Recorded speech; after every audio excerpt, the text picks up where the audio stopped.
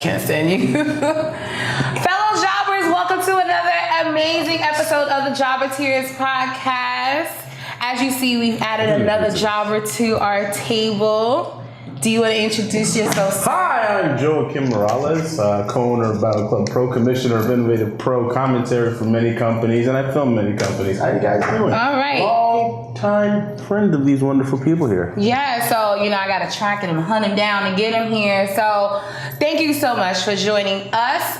Thank you to all those that are watching on the live feed. We appreciate you. Thank you so much once again. Birthday shout-outs to Elijah. Happy birthday, and happy birthday to whatever. Happy birthday to Sami Zayn, to my Kevin Owens, my girl Angie from Chicago, who is on her way to Scotland for her birthday. Happy birthday, my love. I will see you in about 3 weeks in Chicago. All right, so as someone... Let me properly introduce this podcast. Episode 19, the Sam Cassell episode. Mr. I'm gonna go in the game and lock a good guard. Mr. I can score from anywhere. Mr. I train John Wall, aka he from the arms, she from the legs, I from the torso and the head. He from the sword. We don't form Voltron, we form Blacktron, aka the Shook One episode, aka 19. We just not yet an adult, but we just there a couple more years, aka we're the best podcast in the century, baby. Holla at me, episode freaking 19, redub edition. Let's go. All right, guys, I'm gonna go eat. It's Ramadan. I'm just trying to break my fast. So Sir Wilkins is going to actually go and eat, and we're going to do actually a pre-opening segment. So those that are watching on the live feed, you can also join in and let us know. We're actually going to talk about art. So this one is called Top 5. So this week we're gonna list our top 5 finishers of all time that you love, that I want to learn, that you want to learn. So who wants to go first?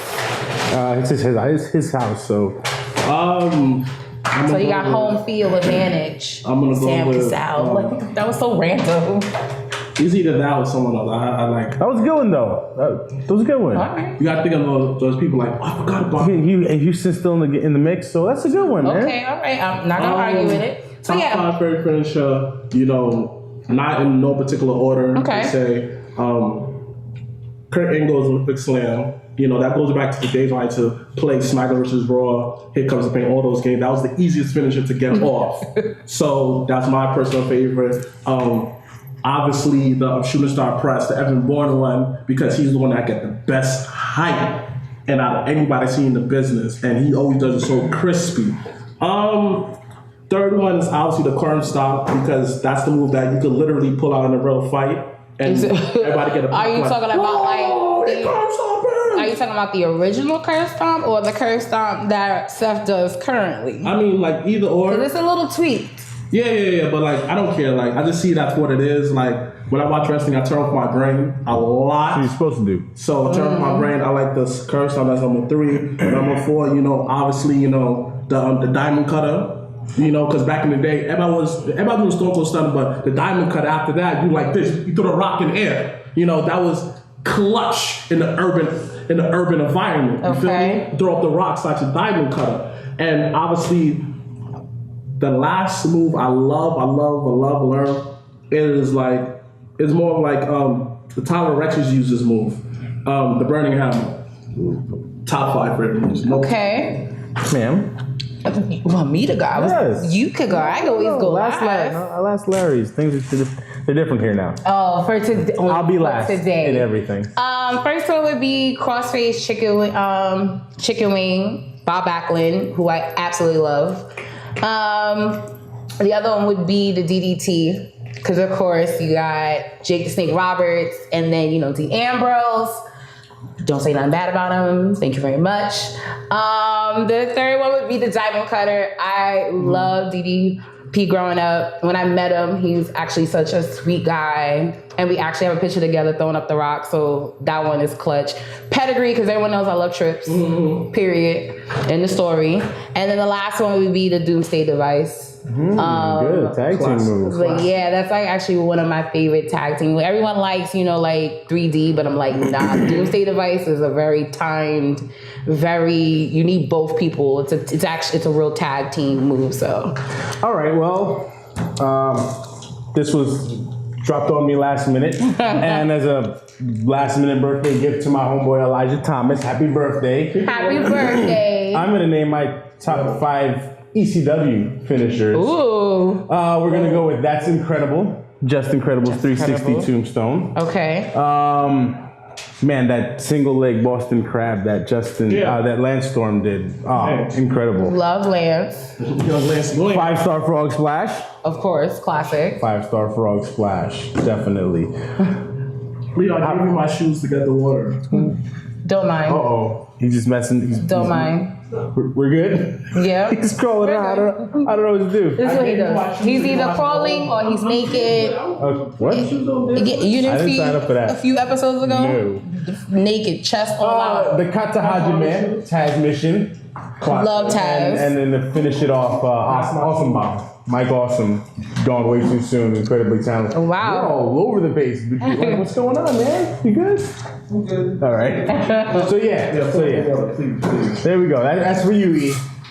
What made you choose ECW? Because me and E have, we kind of got together because of ECW. It's funny, ECW was actually the first wrestling promotion I watched as a kid, so it's interesting that brought you guys together and that actually got me into wrestling.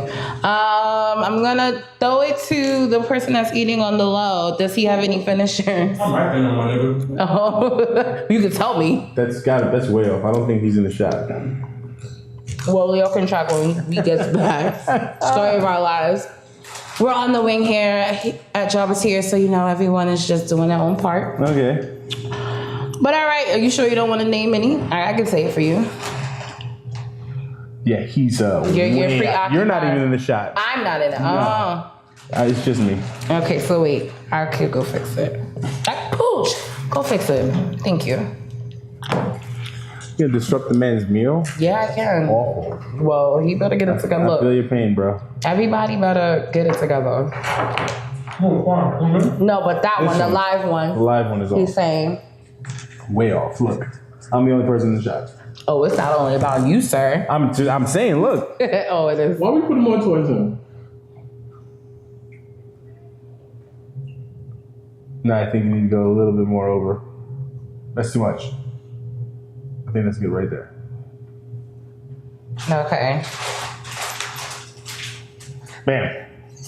Awesome. So those that are watching on the live feed, if you guys have any finishers, I'm actually going to let you read out if you see some on the live feed. Sure, why not? If you are watching live and you have some finishers, some all-time of your favorite finishers, please write in the comments below as you see, and our special guest will read them off to me so we know what you guys are thinking and talking about. Are you ready? Yeah. I haven't seen any. Oh, yeah. Well, you gotta wait a little bit. Can I curse here? Yeah. Okay, so good shit was the only comment that came after ECW. Who said it? Some person, I didn't know. Oh, it probably was. It was people talking about He shit. chanted ECW. Oh, okay. Yeah, so. Okay, Leo. All right. You can take out the juice and I just said put water in there. What? I put water in there. Sure. With the juice. Okay, do me a favor. Cut it. Yeah. Ooh, that's an old one. All right. Welcome back, guys. That was our pre-opening segment. So now we're going to hit our opening segment, which is Behind Gorilla's Position, where we talk about topics outside of the wrestling circle. Our OMG moment of the week. So apparently, Fox has officially bought SmackDown Live. So SmackDown Live will be hitting Fox Channel 5 for those that are in New York. Starting October 2019. So it was a huge deal where they're going to be on Fox for about 5 years, over 5 years for $1 billion. As of right now, Raw will remain on USA Network, so, don't get your panties in a bunch. But I think it's a great move, especially if they're going to really try to keep this brand split together. So I'm going to start off with Sir Wilkins. What are your thoughts on WWE SmackDown Live moving to Fox? And do you think they're saying that it's going to be on Fridays? So you think Friday is a good idea? One, Vince is balling out the ass, boy. this is fucking ridiculous. Vince is like legit balling. Now, and moving into Friday, I don't think it's going to be a big deal because 60% of wrestling fans don't go out. That's a lie. 60%. I said 60%. You fit in a regular 60%? Hold on, I'm like EC3. I'm the top 1%, but neither here or there. Okay, like I said. Now, Friday night, you leave at 11 anyways to go out. It starts at 8. You go at 11. While you watch the SmackDown, you get ready. Oh, that's true. Is it gonna lower the viewership? Yes, it will. I think they will try it out. I'm talking smack right now. It is. I don't like the idea of Fridays. Okay, so yeah. But I prefer Wednesday or Tuesday. Has been a good time because it comes right after Raw. And it's kind of like, okay, cool, I watched Raw last night, let me see what SmackDown does the next day. Because I feel Friday you kind of forget. Because you kind of get over that. It's like there's other stuff in between. I'm like, I forgot about wrestling. But it keeps you in that momentum when it's on Tuesdays. I would want Thursday, that throwback SmackDown UPN 9. You know, that fist coming through the glass. This is The Rock's show. This is The Rock's house. But Vince is balling. That's all I'm gonna say.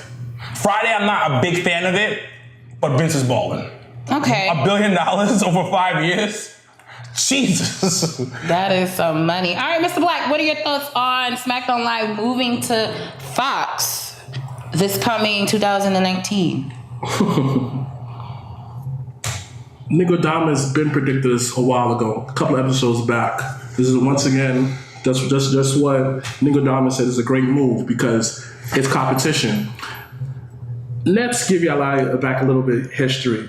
When Vince bought WCW, his plan was to, in a deal, he wanted to put it back on television, but on TBS, to create a little competition between himself, within the company, before the pre-draft, before all of that. That was his plan.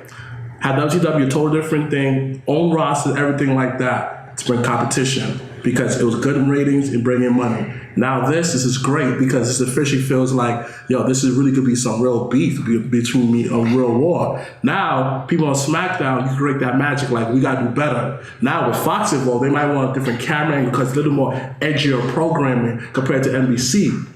Now, this is a great idea. They can always fix the time, either Friday or Tuesday, Thursday. That's still up in the air because we got a whole lot of time to fix and alter what they have to do. But the fact that Fox is willing to put their hat into the wrestling game, this is great for business, for everybody. Like I always say, everybody's going to eat, boy. The fact they have $1 million in the bank per year, they might bring back Pyro. They do so much stuff with that money. The talent get paid more. This is good. Once again, everyone's going to eat now because wrestling is coming back. Yeah, I don't think wrestling ever left. It never left, but it's coming back more mainstream. Yeah, but everybody's going to eat. So expect the edgier version of SmackDown. Expect people like, I'm gonna watch SmackDown this week because it's a different side of Raw. So even when like that NXT, that special for one day, it felt different for everything else. Now imagine if SmackDown was SmackDown was on Fox. Like, now it'll be real brand wars. I'm going SmackDown because I'm going Raw. It won't feel, it's just kind of like the repeat of the same stadium and all. That's different. Question. It'll give you that real fight feel. Will it be on demand as well? No, because no. So I don't. That's a trigger question. Because it's going to ruin their deal with Hulu. They have a deal with Hulu. Yeah, but some shows are on Hulu as well. Well, yeah, but a lot of shows that are on Fox are on Hulu. So yeah, so it should be fine. I mean, but if I put in. If I put it into I have Xfinity, so I can talk into my controller. So when I say because you're bougie, I'm like, hey, let me watch Family Guy. I go to Fox, and all the episodes from Family Guy will pop up. We probably would. So we don't know. So I'm gonna ask our special guest. What are your thoughts? And also, do you think are they gonna go back to be taped, or will they continue going live? Well, Elijah commented and said they can play it on Friday and tape it on Tuesday. I think Friday's a bad idea. I think they're going to lose at least 1 point if they're on Fridays. You're talking many millions of viewers, so I think Tuesday's perfect. There's nothing else on Tuesday. If we can backtrack a bit, that's the reason why Fox canceled all their shows. They were putting all their money in for SmackDown. Oh, that makes so much more sense. They Because that cut Lethal like Weapon 5 show got canceled. What? Lethal was it like It didn't Lethal get Weapon? No, Brooklyn Nine-Nine got canceled. Brooklyn Yeah. Nine-Nine went to NBC, actually. Yeah. Well, they NBC. got picked up. They got picked up by Right, NBC. but now we know why they knocked all those shows out. Okay, It's like, 'cause we're they were gonna all go on on to Friday. wrestling. What he said is right. Now they've got money, so they can do more. Definitely going to be an edgier product because even the sitcoms that were on Fox were like they're different. They're not the same. You know, NBC Yeah. and CBS they're kind of more a little higher. family Yeah, oriented. and Fox is known for like pushing it a bit. So definitely going to be an edgier product. I don't want to see them go to 3 hours. No. I don't want to see God, them go no. to 3 hours. Please don't. I want Raw to even just be 2 hours, but That's not going to. that's not happening. But it's if you break down the math, that's $200 million a year. That's almost $4 million an episode.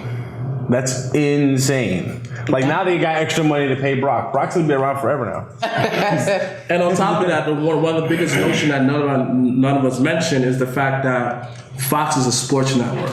Yeah, that's great. So that means that during football games, you see advertising for WWE. During the basketball games, you see advertising for WWE. Undisputed, when people not be watching, you see advertising for WWE. So that's bringing, they see it this way, that's avenue revenues for everybody. Everybody's going to eat that day. Everybody's going to eat. So, again, this is a great move. Again, they can always alter and create an idea, but it's going to be good. You know, the fact that they debuted in like October, and nobody really tends to go out during October because of the weather. People want to be more inside.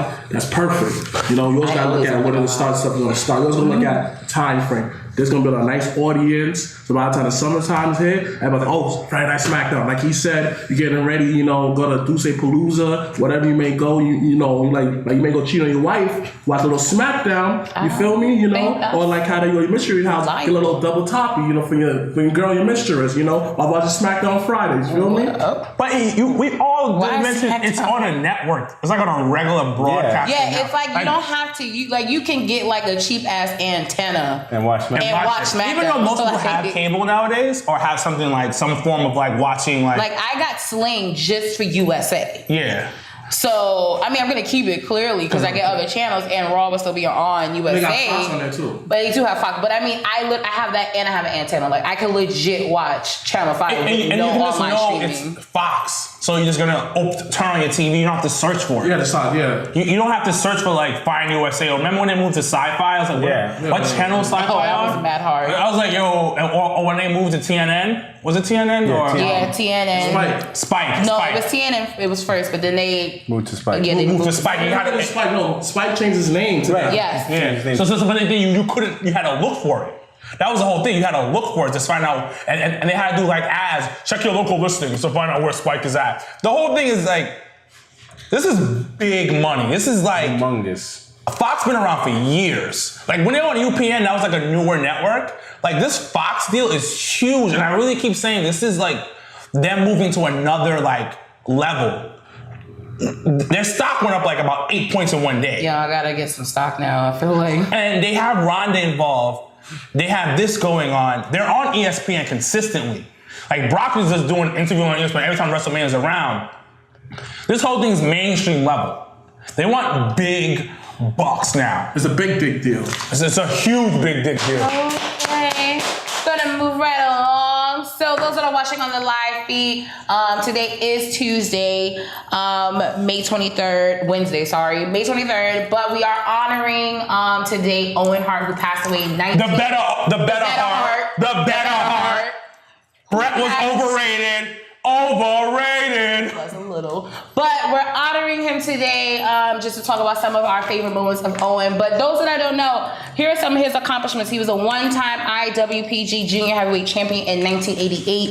He was a one-time European Champion. He was a two-time Intercontinental Champion. He was a four-time Tag Team Champion with like Yokozuna and the British Bulldog. And he was the 1994 King of the Ring and also a recipient of not one, not two, but 3 Slammy Awards. And he made sure you knew that he was a Slammy Award winner. So I'll start with Mr. Black. What is one moment that stands out when you think of Owen Hart? I'll be real honest with you. I really have no memory of Owen Hart. Well, no. No. That's blasphemy. Of course, my favorite all-time match, the Lion Death match. You know. You know, obsessed with this lies. They talk about me. I'm like being obsessed with something with ladder matches. You obsessed with this lion den match. But like, I don't bring it out every week for rivalries. Every other week you do. I only bring it out when the beef calls for it. When the beef calls for a lion's den match. Yes. So what are the segments? Because you don't watch all the show. You don't watch the show completely because he's too busy.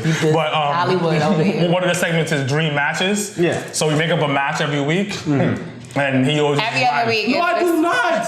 He uses the lion's den. I have not lion. He hasn't said it in a while, but he has said it. My son was a lion den match with my son in the Heart Dungeon match. Like the fact that I always remember him as being the guy where like he took the best way of what he has. He reminded me of Cody Rhodes in that instance of like, you give him anything, he made into something. Or he would have been a star in the Indies. He would have been a huge star. And the fact that it's just like he was always overlooked. He was always behind Brett's shadows. And He was the better heart. everybody knew that he was the better heart because he was a better like scholar, he was better at football, he was better at anything. Anything he touches, he was better than Brett. But Brett was just more of a bigger star than the time. And do I have like a whole bunch of memories watching him consistently? No. But little stuff I do remember, it was very entertaining. You know, he did all the little stuff good. You know, he sold good. And he always did his best in the ring. I never could remember a really bad Lion Jazz match that he was in that was not bad. You know what I'm saying? Again. Was it only one? Or was it multiple? No, it was Hold on. What was it? How many? Multiple. You better get your $9.99 worth because there was a few though. Multiple. You know, again. These are only matches. These are the only matches I remember him in when I was a little boy. But you know, like I didn't see when he broke Stone Cold's neck. I didn't see none of that, so I'm not gonna comment on that. But again, just seeing him who he was and that promo he had when he told Vince, it was just like, this is my time. You know, I am the Rocket. I'm gonna do what I have to do. That promo was excellent. You felt the pain, B. You felt the heart to heart. Boom, boom. All right, Joe, what do you think? Yeah, because it's my grounds, actually. So, what is one of your favorite Owen Hart moments? When he beat Bret Hart at WrestleMania 10. I mean, You better think of another one. That was kind of bittersweet because Bret ended up winning the championship later. but then it built that story, that built that angle. I mean, that's great. This is great You better storytelling. think of another one. Like, I don't got no other one. That's the best sound. I mean, you can still talk about it after him, don't worry. You could talk when like him and Bret Hart got back together from the Hart Foundation. No, I didn't like that moment. And he sunned him. I hated that. I hated the Hart Foundation. No, you know what? There were moments when the Hart Foundation worked. And I feel like towards the end, yeah, it was like shitty. I think in the beginning, for what it was worth, I think Hart Foundation worked. For what they were trying to go, that whole Canada versus USA, it was cool because they would get pops when they went to Canada a few times, and then that was real heat. Like when you look back at like late 90s, you really think about like, yo, what is heat like for a character? And because that faction, they had heat. Like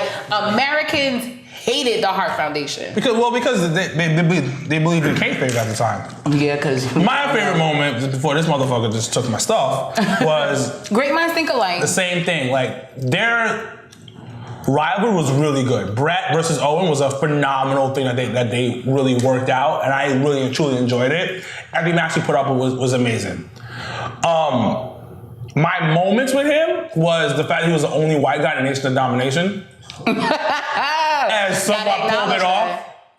someone pulled it off one way or another. It was diversity. They threw him in there just cause. I think it was because it was after Rock got rid of Farouk.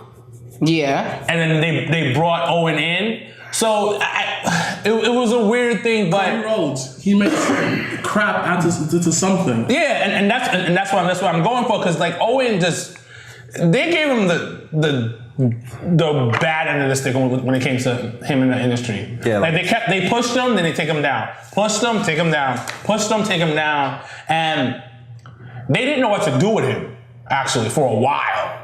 Like they wanted him to do some very like over the top sexual stuff. They were trying to go more edgy, and he was like, "I have a family at home. Mm-hmm. We will not be doing this. I'm Canadian. I'm not about that. Yeah, we're not doing this. I have a family at home. We're totally allowed to do this. We want to do like some type of like affairs with like some girls." He was like, "Nah, give me the blue blazer," because The whole concept was him making fun of the era before the Attitude Era. Everybody was like big cartoonish type of thing, and he was making fun of that era.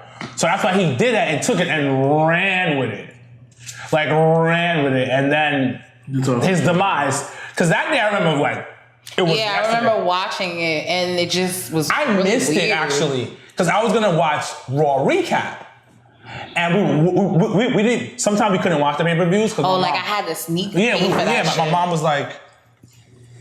Okay, my mom was like, "Yo, nah, I'm watching my stuff, so we ain't gonna watch that." But we always watch Raw with my mom in her room. But anyway, so I was gonna watch Raw. I come into school, and people was like, "Did you see what happened last night?" See, you missed it. Yo, you saw what happened? Owen Hart died, and they're whispering like for no reason, like for absolutely no reason. I mean, obviously it was a death, so you kind of have that somber moment. And I was like, "Nah, you lying. And there's no internet." At the time, yeah. At the time, there's like no real instance of. You had to watch the news that night. And it was on the news, and I saw it on Raw. Yeah, but Raw was they when barely spoke about it. No, they did the whole 10 bill thing. But they didn't really explain what happened. I didn't know what happened. Like, they didn't really explain to like the extent. He's saying he died. He died. Yeah, it was like they gave acknowledge of it, but they never okay. But to go off on that, Brett was so pissed, but everybody wanted to continue the show that night. Because Vince was scared scared. Because he didn't know what to do. Wrestlers to this day said this is the first time they ever seen Vince scared. Because he didn't know what to do. So he asked all the wrestlers in the back, "Do you want to continue the show?" And they all said yes.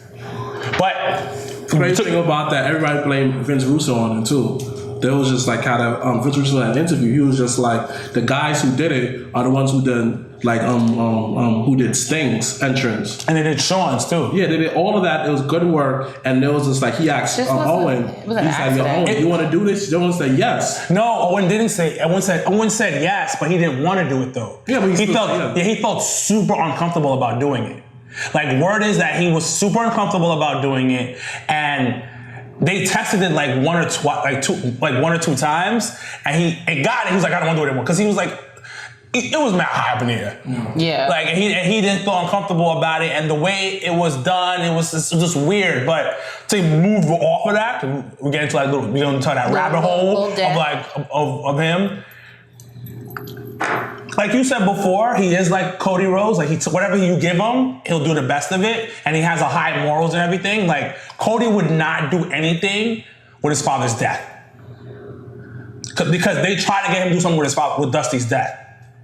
But he was like, nah, because Dusty was like, if they're gonna ask you to do something with my death, don't do it. And he was like, nah, I'm not doing it. Speaking of Dusty, I was watching Mad Dusty promos today. I love Dusty. Yeah, because you kept writing statuses about Dusty, and I was just like, he must be watching vignettes. I was watching Mad Dusty. Vignettes. I was watching Mad Vignettes. I was like, that word now, right? Joe Budden does that on an episode. We go on tangents a lot, so as you can A few see. episodes ago, he just randomly said vignettes, and it was the funniest thing, because we were like, wait, what? Yes. But it was appropriate. He was like, I want to show off my wrestling vocabulary. My terms. So, vignettes. Started mad successful and shit.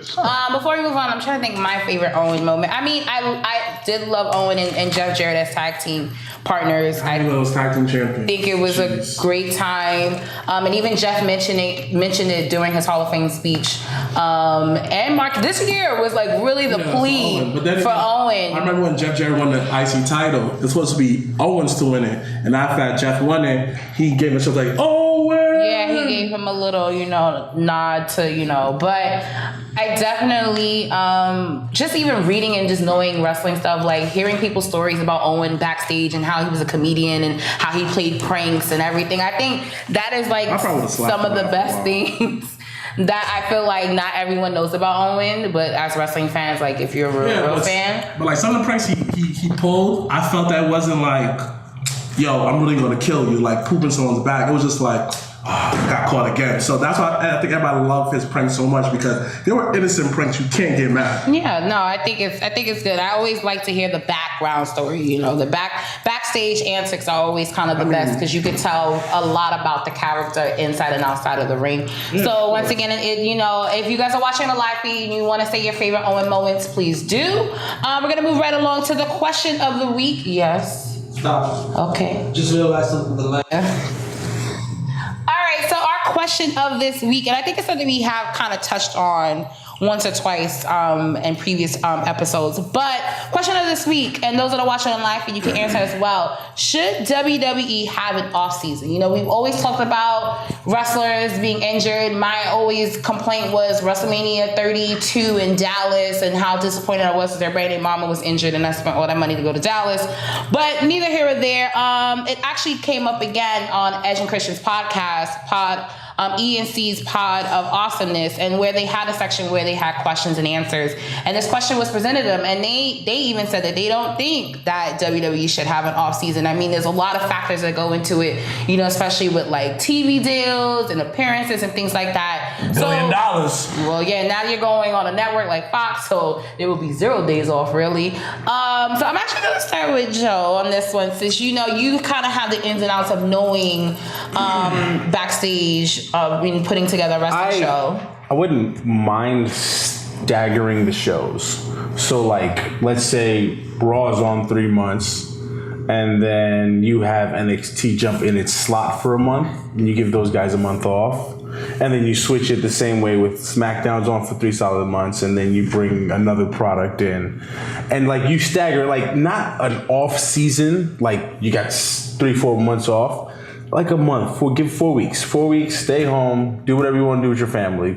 Commit to whatever deals you want to commit to outside the business. Take a month to not bump. Deals outside the business. What do you mean? They don't do movies? Approved. They don't do movies? They don't do TV shows? Yeah, WWE got to get approved of that. Okay, but you can still do them outside. Wait, you made it seem was like they about to get this you know, this Under Armour deal without Vince signing his contract. No, not like that. But like John Cena does a ton of Hollywood movies that are WWE produced, so like something like that. Staggering it makes sense. But I personally, from what I've heard, people don't like to take time off. You feel like you take time off, you lose your spot. And if you're away from the TV camera too long, you might get forgotten. It's not legitimate if you touch fans in a certain way. Like, I'm gonna remember this guy no matter where he is. Like when Goldberg came back, he was off TV for 12 years. It was nuts. It was like he didn't leave. Off TV, right. So, huh? It's like he could have stayed off TV, but that's just my opinion. You know. Says the Jeff Jarrett fan. Anyway, hey, let's not do this here. Let's just slap nuts. Don't do this here. Staggering it is good. The workers don't like taking the time off. So I don't think it'll ever happen. But it's a good idea if it's done the right way. Lucha Underground does it. And I feel like they're better for it. Okay. All right. So Wilkins, what are your thoughts on, and I know you kind of have a real opinion about this off-season stuff. So what are your thoughts on if WWE should do an off-season? They should do something. They should give these guys more time off. Point blank. There's a reason why you see the high injuries, stuff of that nature, and their bodies need rest. They work 300 days out the year. There's a reason why a lot of people don't want to come to WWE because they're making a ton of money in the indies and they have a better schedule. 4 days off a week. 4 days off a week? Some people can go. Some people only work Friday, Saturday, Sunday. Yeah. So it's different. It's different for WWE because it's a global brand. But they can do things where end a storyline and kind of like weed somebody off the television real quick. You know what I mean? Let them get a little time to rest. Okay, Samoa versus Roman. All right, cool. You know what? Samoa's gonna his time has come up to his time off. Let's weed him off real quick. Like he loses a match to Roman, he's off the TV for a little bit, for a couple, maybe 3 weeks or 2 weeks. Let's give him those time, and then you come right back and start the storyline or something of that nature. I get what you're saying because it's like being a rapper or a singer. It's so much independent stuff going on right now. People are fiending for content. So an average wrestler who's not on the top card, who's a mid-carder, but they're gonna forget about me. And I understand that, but WWE has to come up with something where they won't forget about somebody. Like your spot's still gonna be here. But then WWE is also basically raping the indies at this point. So they're bringing up so much talent that a lot of people don't get burned. So it's a difficult process, but I really believe for the sake of these people's careers, they need to get like time off somewhere or another than just like the time that they get right now. Okay. Mr. Black, what is your thoughts? I think one of the basic solutions this way is just like everyone is a certain like group A, group B. Let's say Raw and SmackDown. Like let's say the first week of January, it's Raw doing all the house shows. And SmackDown just stay home. And they'll do no house shows but TV. That'll keep the TV deal down, allows them to honor their TV deals. And then to fill up some of the slots, bring in some NXT wrestlers to fill in, you know, what you may add some more meat and potatoes. And it also gives NXT wrestlers some more time in the ring. So, you know, week 1 is Raw turn to just do all the images. Like, they get 2 days off, but yet all the week they're doing all the house shows. Boom. The next week, SmackDown does it. And so on and so on and so on. All the small towns just combine NXT and 205 and make them go out and do all the little shows that SmackDown couldn't do. Because you combine the 2 brands together. That gives everybody a week off. Everybody's refreshed. When they come back, they're hungry again. Now, what we're going to do about promo runs? Promo runs? Like, you know, appearances, stuff like that. Listen, which one's better? Sitting down on the chair or taking bumps? During that week that they're off, I mean, it's still a lot. But you're right. But I could talk my ear off. Like I could talk anyone's ears off for hours and hours and hours. Do a whole bunch of promo one. But to actually go to work and do all that physical labor, it's like, yo, it's tiring on the body. But I gotta tell you this though. So I teach all day. I personal train all day. Yeah. Now I'm working from 6 a.m. to about 9 p.m. Yeah. Technically, I'm not moving anything around. I'm not doing anything, but I'm talking to people. And that gets tiring. Of course. Because you're giving energy and you have to put on a show. But you know that the next day you're off. Yeah, but I'd rather get them complete off, no promo runs, have the people, we do a little appearances here and there. They just have to organize it better. Organize it better. But I'd rather give somebody mental breaks too. That's why, and this is why, the reason why I say the time off is important is because I don't know how rampant it is now. You may be able to tell me more, but the drugs. They all drink. The alcohol, all of this stuff. And drugs is even more crazy than it was back in the day. Like, for instance, a guy like Brett Favre who just recently came out and said, I went to rehab 4 times. 4 times in my career. And this guy never took any time off. So, I'm not gonna compare football to wrestling because it's a little different, but your body's taking a beating. And that's why a lot of guys, you know, drink a lot. Yeah, and they don't want to take the time off because they're paranoid. They're absolutely paranoid and have good reason to be paranoid. This is what's easier just to have the week off. Yeah, it is. But I just feel like you should have some. It's just no promo run should be done at all, even during that week. Nothing at all. You said you go home. Because know what I know about the body and the mind, stuff like that. Like, these guys are beat up. But they can at least do this. To make it fair. Let's say you travel. Let's say I had that we're wrestlers, right? And I live in New York. You live in California, right? Yeah. Do something local in your area. Okay. No. Let me finish. Do something local. So you have to go so far. I do something local in New York City. This, that, and third. Hey, you know, Vince called me, hey, can you do a press run on Monday and Tuesday, and that's it. You can go on, okay, what you do after that, this, that, and third. It's the hour, like give and take, the morning show, you get a segment. The longest anyone's gonna talk on the morning show is probably the most an hour. But these guys live in like West Bubble, like whatever. Yeah, that's what I'm saying, that they do stuff within the area. Yeah, but most of them don't live in media capitals. Most of the time, the guys are in New York, CT, Connecticut, or in Florida. So if you have guys that live in Florida, that might work out. But think about that. Let's say how you live in Nebraska, right? The local radio station. Nebraska? Yeah, that's the only thing I come up with right now. You said Nebraska. Is it the same thing? No, it's not the same thing. Listen. I'm black and I'm supposed to know that a whole bunch of white people live there. I don't care. Nebraska. It's one of the 50 states, B. At least I know it's 50 states and I didn't say 51, 52. All right. At least we know that. All right. School taught me something. Anyways, Nebraska. You live in Nebraska. Whatever. Right? Don't you think that having Brock at your local radio station ratings. That no one's gonna listen to? No, I'm just saying in general, like do something like a little car wash thing. And Brock lives in Canada. No, he's not gonna do no car wash. But no, I'm saying that's an example. That's okay. AJ, right? My son let's say AJ lives in, North Dakota, right? Why are you picking the most whitest where nobody lives? Because these people, they say that they live in North Dakota, right? Do a local radio station. They say AJ go to a little radio station.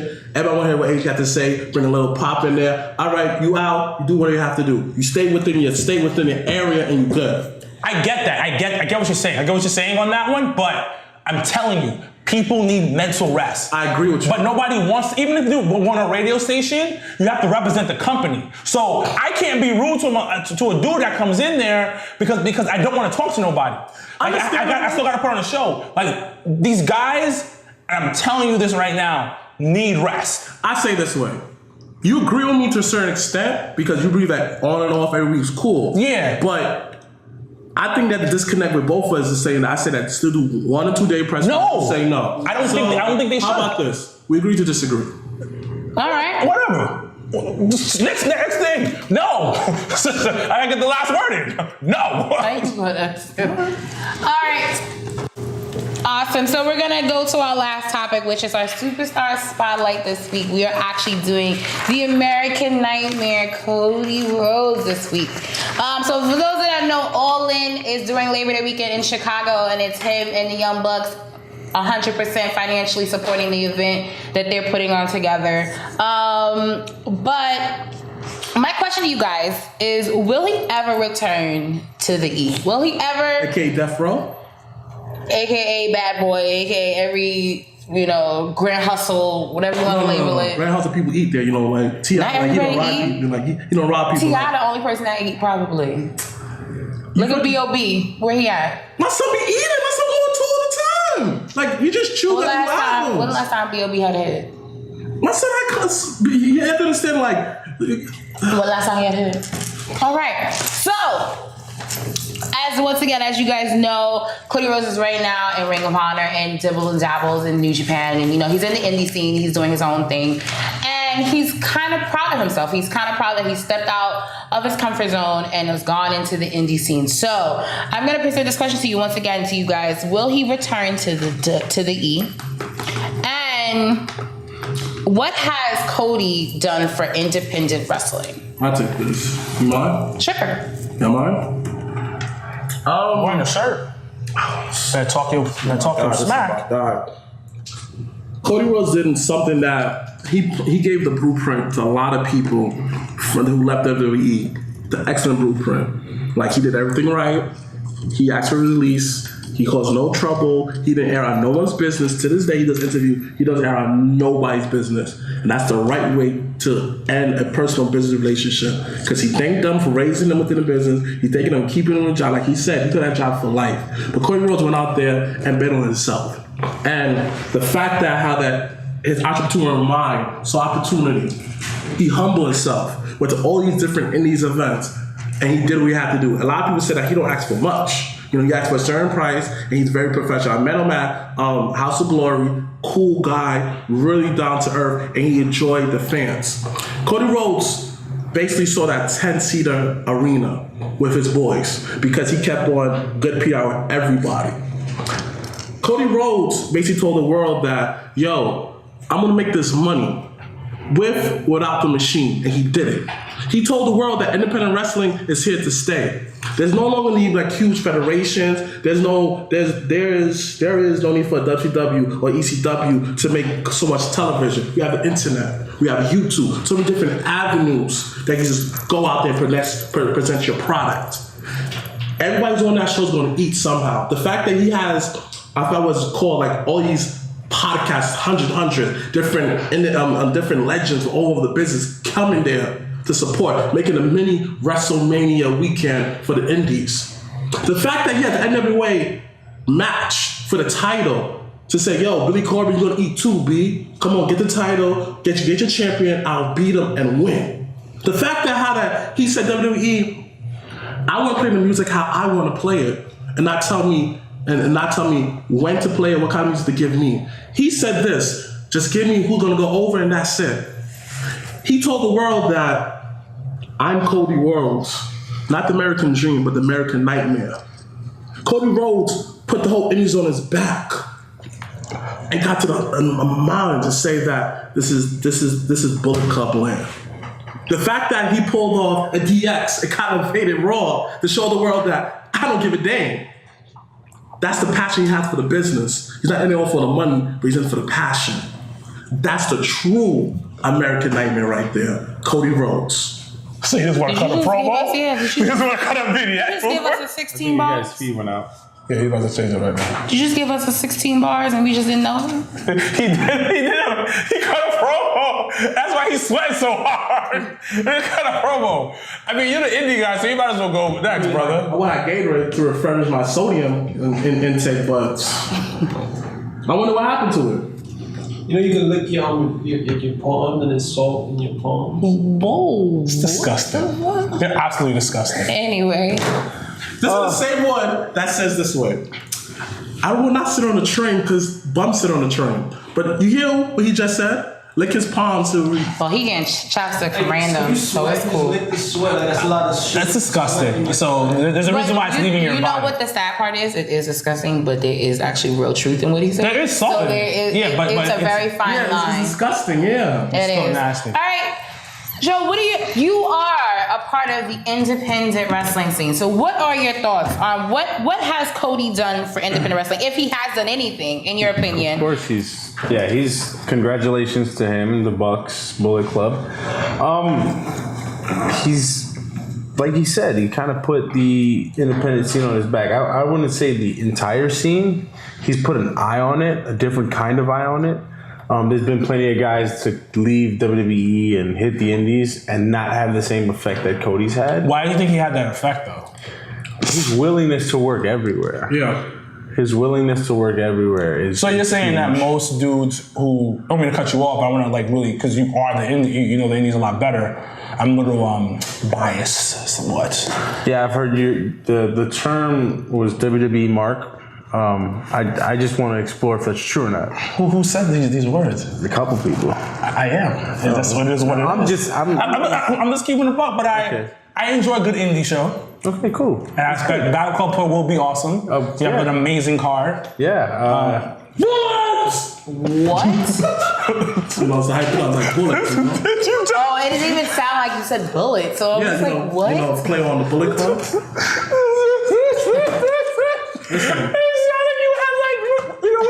Like Tourette's. Tourette's, like, yeah. What? It's like you had Tourette's. No shade to anyone that has Tourette's. No shade. Like, no shade. We love people with Tourette's. But but go ahead. Some stuff because I've had sugar and days. So the reason why I asked is because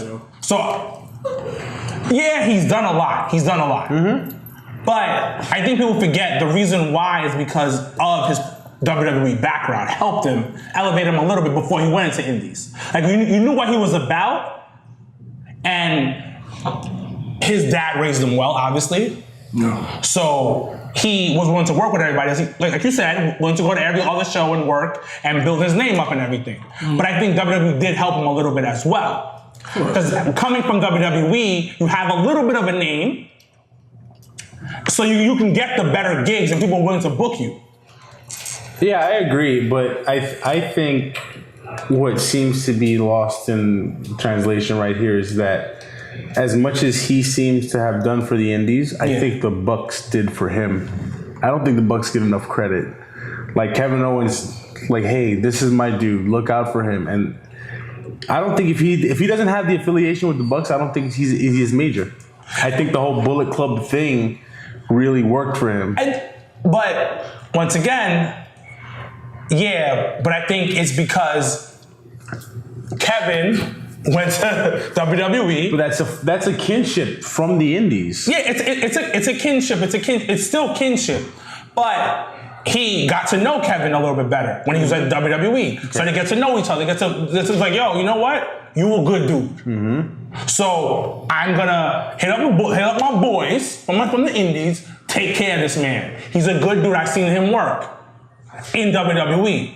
And a lot of times people forget, like, you go to WWE, they kind of stifle you to do certain things. You have to do WWE style. So if you can work through all of that and do really well or somewhat decent, the Indies will really mess with you because it's like he must have potential to do something else. And on top of the figure out what you said, what he's saying also is, yeah, the Bucks did help him. The Bucks had an idea, but Cody put the infrastructure to it. Oh, I agree, but He put the meat and bones, like he put like the skeleton to it. Yeah, but the thing is, we all saw that because that Stardust, like, I fell in love with that stuff. I also love superheroes. I'm also a nerd when it comes to that, but he worked garbage, what they gave him.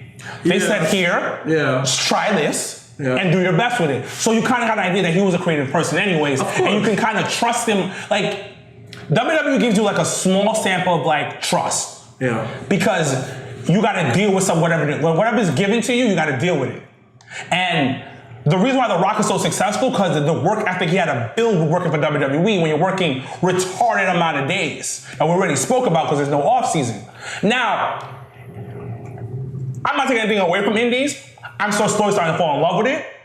The more and more I watch more shows.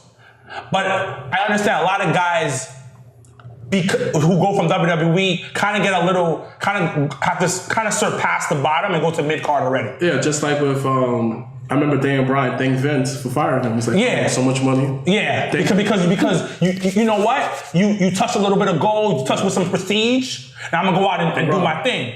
You got a little rub of good luck. Yeah. Now, Young Bucks though, that's a whole different ball game. Of course. I mean, I think honestly, the majority of the fan base that are going to Chicago is because of the Young Bucks. Like, yeah. I think that in terms, and it goes to what you were saying, how, you know, they've built their career in the Indies. Yeah. And it was, and a lot of people kind of make it seem like it would be no all in if it wasn't for Cody, but it really would be no all in if it wasn't for Young Bucks, because they brought him in. So to go off of that, it goes up to what you said. It's the team that they had together. Yeah. Like, Cody thinks more business, like real business, and how to like maneuver stuff around. Like, he has the mind of his father. Yeah. And the more and more I research Dusty, the more and more I fall in love with the dude. How you not love? I loved him before, but it's like, yo, this guy's an amazing person. His mindset is like crazy of how he sees the business. Like, he was the one who came up with the original Royal Rumble before it was called the Royal Rumble. Yeah.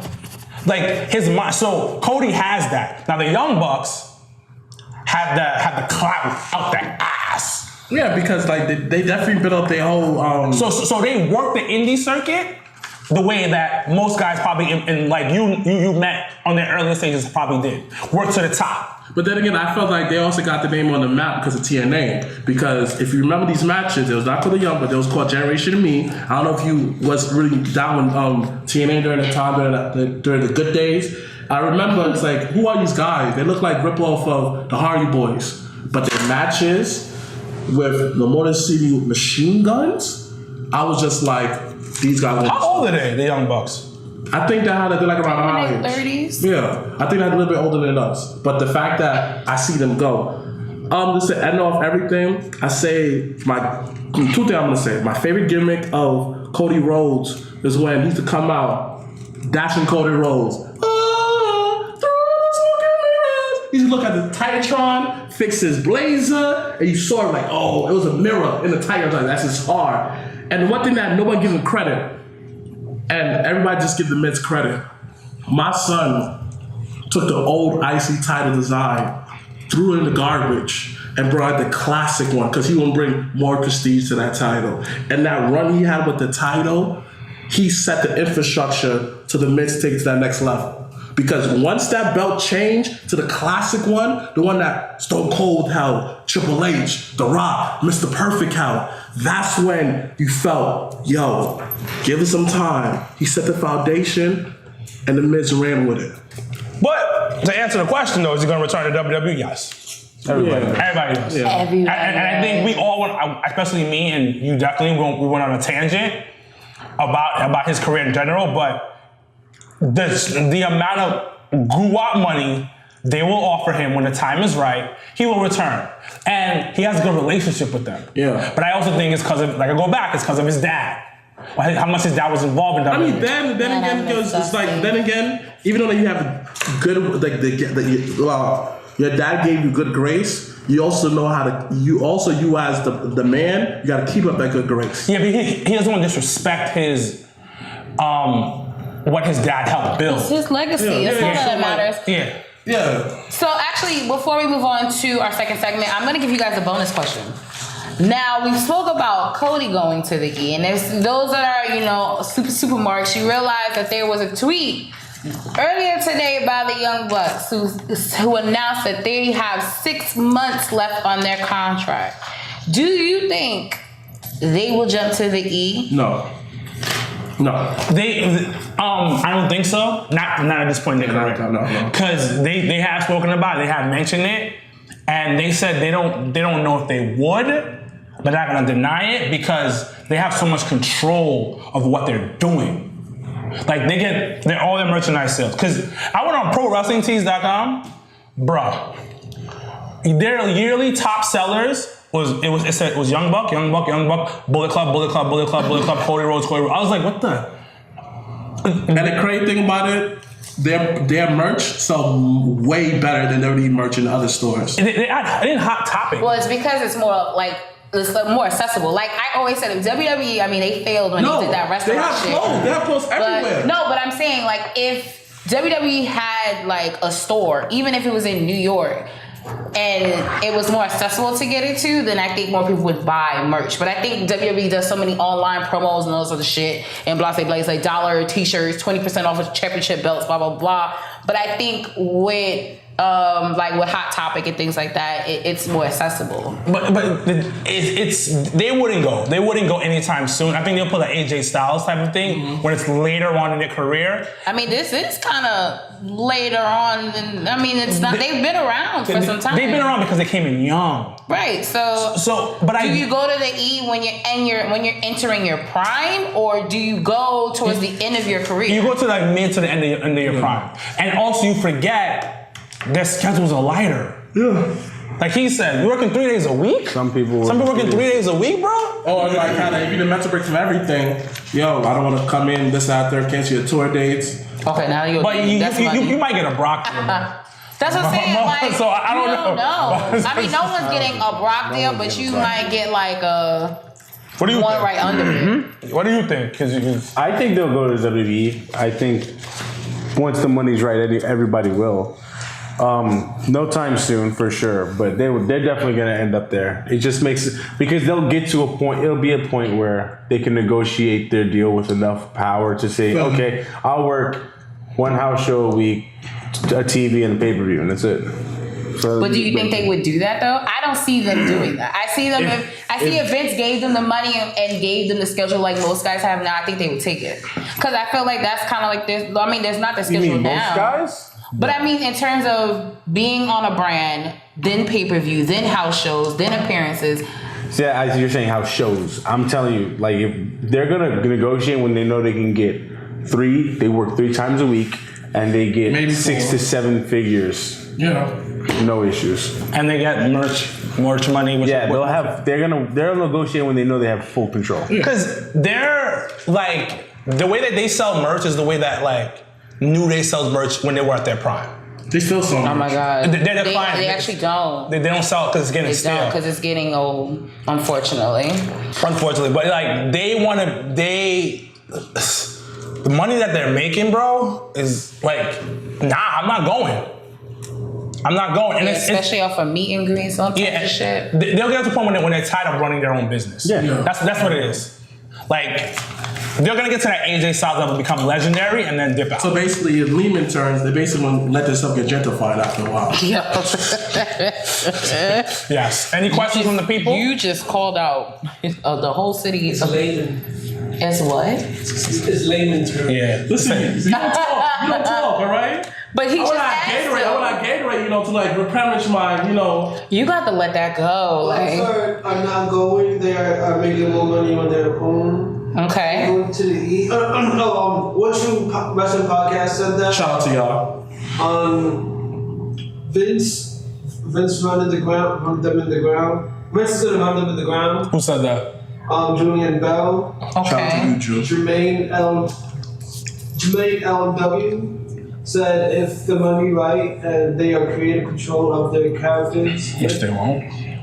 I mean, you never know. I feel like, Vince ain't getting no younger, y'all. Like, once, Vince that unfortunate time happens, which is going to be, like, sad. I really hope he don't, though.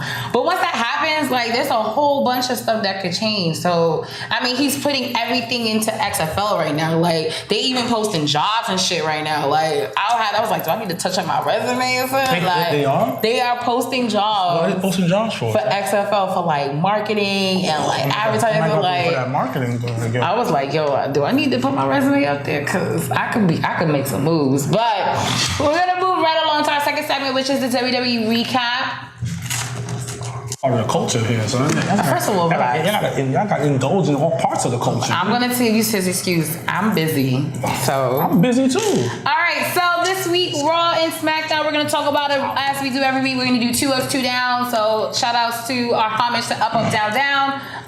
Who wants to go first? Raw this week was real shitty, but SmackDown was fired. OB. SmackDown was Big dick status. Lord, see what I deal with every week? SmackDown was very solid. The big dick moment of the week. Too bad that's not what we're talking about this week. But who wants to go first? I'll go first. Best moment on SmackDown was the contract signing. Raw. Oh no, my bad. Best moment on Raw was the contract signing. But you're saying that just because Nia was on it? Yes. Okay. Stephanie did a really good job though. Yeah, Stephanie, I don't think doesn't. No, really do a bad job. okay. If you look at the contract sign on a like you wanted me to, I'll break it down. Rousey can't really talk on the mic. I love Nia to death, but her mic skills are like right here. No, it's flatlines. It's like borderline, like doesn't really do anything, like whatever. But the way that Stephanie came in between the two, She did a miss. like she showed She buffered them. That's what happened. and then she talked about both of them and stuff like she showed something about how people say Nia is lazy in the ring and all that nature. So it was a good segment. It was a solid segment. The worst segment I've ever seen in my damn life was that Bobby Lashley segment with Sami Zayn. Wait, was it worse than Bailey's "This Is Your Life" shit with Alexa Bliss? Yes. No, because it didn't go nowhere. It didn't go nowhere. I say no. He's a Bailey fan. Hold on. A hardcore Bailey. Like, I don't fan. understand how you a Bailey fan. First of all, Here we go. He's getting sensitive. I think we triggered him. Not a What do you say sensitive. about Bailey? It's not that I'm a hardcore Bailey fan. You wear the It's shirt. that I wear the shirt because it seems to be a tradition. When I see this one, I have a Bailey shirt. Every time How I many get Bailey it. shirts do you have? Just a couple, but it's Just a few. a couple, Just a few. But every time it's like it's me. So I'm like, all right, cool. I'm sorry, but Bailey is. Yeah. Hit him with the Price is Right. So Bobby Lashley's segment with Sami Zayn was trashed. Like straight trash. I don't know what they were trying to do. Facts. Once again, I know you don't like Sami. Sami Zayn carried that. Like Sami Zayn is phenomenal I'm not on going the to mic. deny Like Sammy's heel is interesting. what makes Sami so good is not what he says, is his mannerisms. Yeah. Like his mannerism with the way he speaks is amazing. That's why I can't stand Ricochet right now, because he talks solid, but his mannerism when he talks, I'm just like, yo, bruh, feelings. I need feelings. Don't read lines. Yeah. That's a different conversation, but So whatever. what's your other down? Another down, a lot of downs actually. Bobby Roode. You built him up as being That was a solid match, though. no. But it's the match we've been watching for the last 6 weeks. But it's also what you're doing with Bobby Roode's character. Jesus. When you're taking a guy high, make him seem like he's like the next big thing, Like he's supposed to be glorious. like glorious. But then you put him in these matches where he's like a middle of the mid card slot, where he should be on the top of the mid card. Now you're trying to put over Elias. I understand that. But Elias should be now heading towards, because you already put him over. Elias is officially over. So now you move him up again on the slot. Try to move up within that top of the top, like low top of the echelon type of card where he's fighting Finn, more, like, stuff of that nature. Now, another up, Finn versus Braun. That was a really, really well done match. And the story that was being told of that Finn being that feisty fighter and Braun being that powerful beast was really well told. And then, he picked him up after, showed him love. That was sportsmanship. Good, proper sportsmanship, which I love because in the match, he kind of played heel, but at the end, he's back to being face. So that was really good. Yeah, it's a fucking yarn that you should be giving for Raw. But anyways, Jinder Mahal. I'm a fan. Facts. I'm a fan. It is what it is. Facts. Who you fought again, B? He got into that tag team with Kevin Owens. And That was solid. Which was mad random. It was mad, right? Yeah, I mean, That was like Teddy Long get it, SmackDown but then days. it's like, But then, okay, That's it? my last down, No Way Jose. no, I really no. There's so much potential with No Way Jose. It's not even funny. He's great in the ring. Oh, no. I'm not saying him. I'm not attacking him his skills per se, but like how to present the product is doodoo. It's doodoo sauce. It's straight doodoo sauce. It's not. It's doodoo sauce. It's diarrhea, bro. Yeah. It's not though. It's diarrhea. Because the guy's a physical specimen. It's disgusting diarrhea. Yeah. It's like halal food diarrhea. Oh. It's like you ate some bad halal food. But I'm leaving it on that. It was solid, but because we're still about 2 weeks away from Money in the Bank. So we still got time for him to do something. I don't care for Natalya. The Dolph versus... Oh yeah, by the way, Dolph with Drew McIntyre, what's going on? Tell a story. There is a story. Yeah, what? Sorry. Are we not going back to the whole like HBK and Diesel thing? Yeah, but where Dolph eventually will put Drew over. That's gonna happen. It's a slow build. Sorry, you're impatient, but sorry, I'm impatient. I mean, yeah, they go one of two ways. They can either both go for separate titles, or they can go for the tag titles together. And then break up. But there is something there. Overall, not seeing it yet because I don't know what you're looking at. I mean, I guess I go like, do I feel like that whole, just to pick about you're saying, the whole Dolph and Drew McIntyre? My son Drew, like, I think this is a great build-up for them. I don't like it. I don't like it. Maybe I am being impatient. Yeah, you're being impatient, but overall, let me go over my 2 ups and 2 downs. Oh my God. I think I said mad downs though. You did. Mad downs. I have to say like another down. No one else will say down. Oh, I'm gonna say down with the fact the whole Sami Zayn, like when like Bobby Lashley came out, he should have just bulldozed through everything. The fact, the most stupidest moment ever, I was like, this thing is dumb. He takes the military hat, put it on the man, and knock his head away. Like he punched it. I'm looking like, come on, Bobby. Like, don't be that dumb. Like, you ever had a headband in the ring and wrestle, think he was cool, like you know, like you're like you are like you dreams. But come on, like you put the thing on his head and punch it. Won't that hurt you more? Like that's a real dickhead move. Like, come on, Bobby, I like you. I mean, that's the point, though. So if you're saying that, then he did what he was supposed to do. That's stupid. Like his sister said, I had to wear this army hat to protect him from knocking me on my head. So you punch it anyway. So you're not because it's not his sister. No, but it's stupid. They're actually really good indie guys. Oh yeah, of course. You know, shout out to Black Alliance. You know, once again, you know, put in that Yoga Flame contact. They got the juice now, but. Yeah, they're really good, but the concept is why you put a helmet to protect your head and you punching it? That doesn't protect you. It hurts you more. Don't defend him this time. Don't defend him. Like, he got to get these licks. I'm just saying. Don't defend him. If you think it's stupid, they're doing their job. Don't defend him. I'm not defending Bobby because I don't like Bobby like that anyway to begin with. All I'm saying is that is stupid. They're really trying hard with Bobby though. Yes, but my thing is this way. Yo, just make him a pure beast. He could have came in there, knocked him anybody. I'm waiting for the. You want Bobby to be a beast when you got Braun as a monster. Ooh, how's that happening? The beast versus the monster? Okay, all right. How that sound? But I'm just saying. Just for promoter. How that sound? The beast versus the monster? No, but okay. In the Lion Dance match? Okay, yeah. How did you feel about Raw? See, it's just Wait, hold on. Let me finish. Another down. All right, you need to say so he can go. Down. I guess my favorite down, I have to say the B team. That's an up. Oh yeah, the down. Oh, that's up. They buy into that. And I want to see where that goes. Well, you have talent on who's doing it. Who? The people who's Bo. Yeah, Bo and Curtis. They're amazing. Solid wrestlers. I want to see where this goes. I hope they allow them to be part of the woke and Wyatt family. I love to see that. You know, get Bo in there, brother.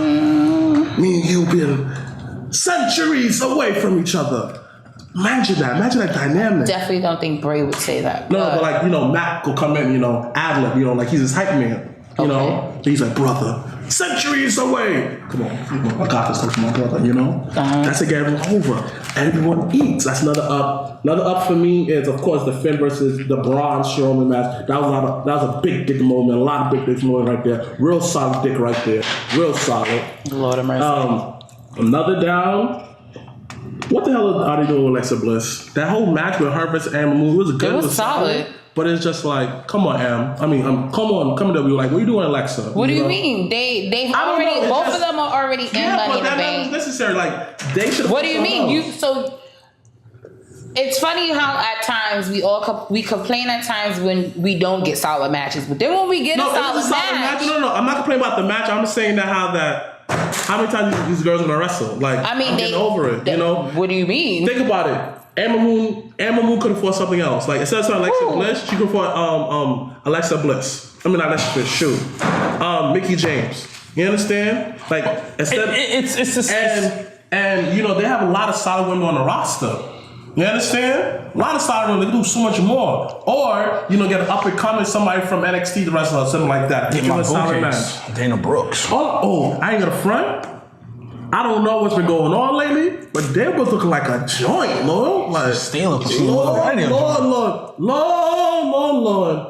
Forgive me, my ancestors, for lusting over the white woman, but she looked cool.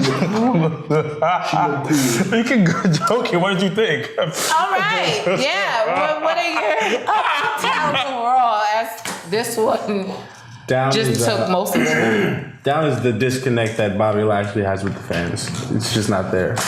It's a different generation. Sorry, not sorry. WWE fault. I'm not. I think it's the brand's fault because I've seen him at shows and the crowds eat him up. Yeah, I've seen it. He was the walking Armageddon in TNA. You don't think I know that already? The walking Armageddon. He wasn't the Armageddon. He was walking.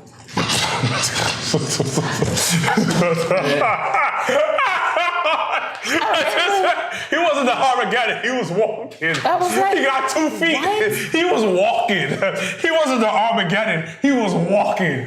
So I don't know if that was like a Walking Dead reference.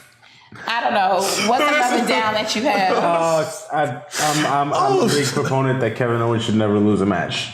And he did.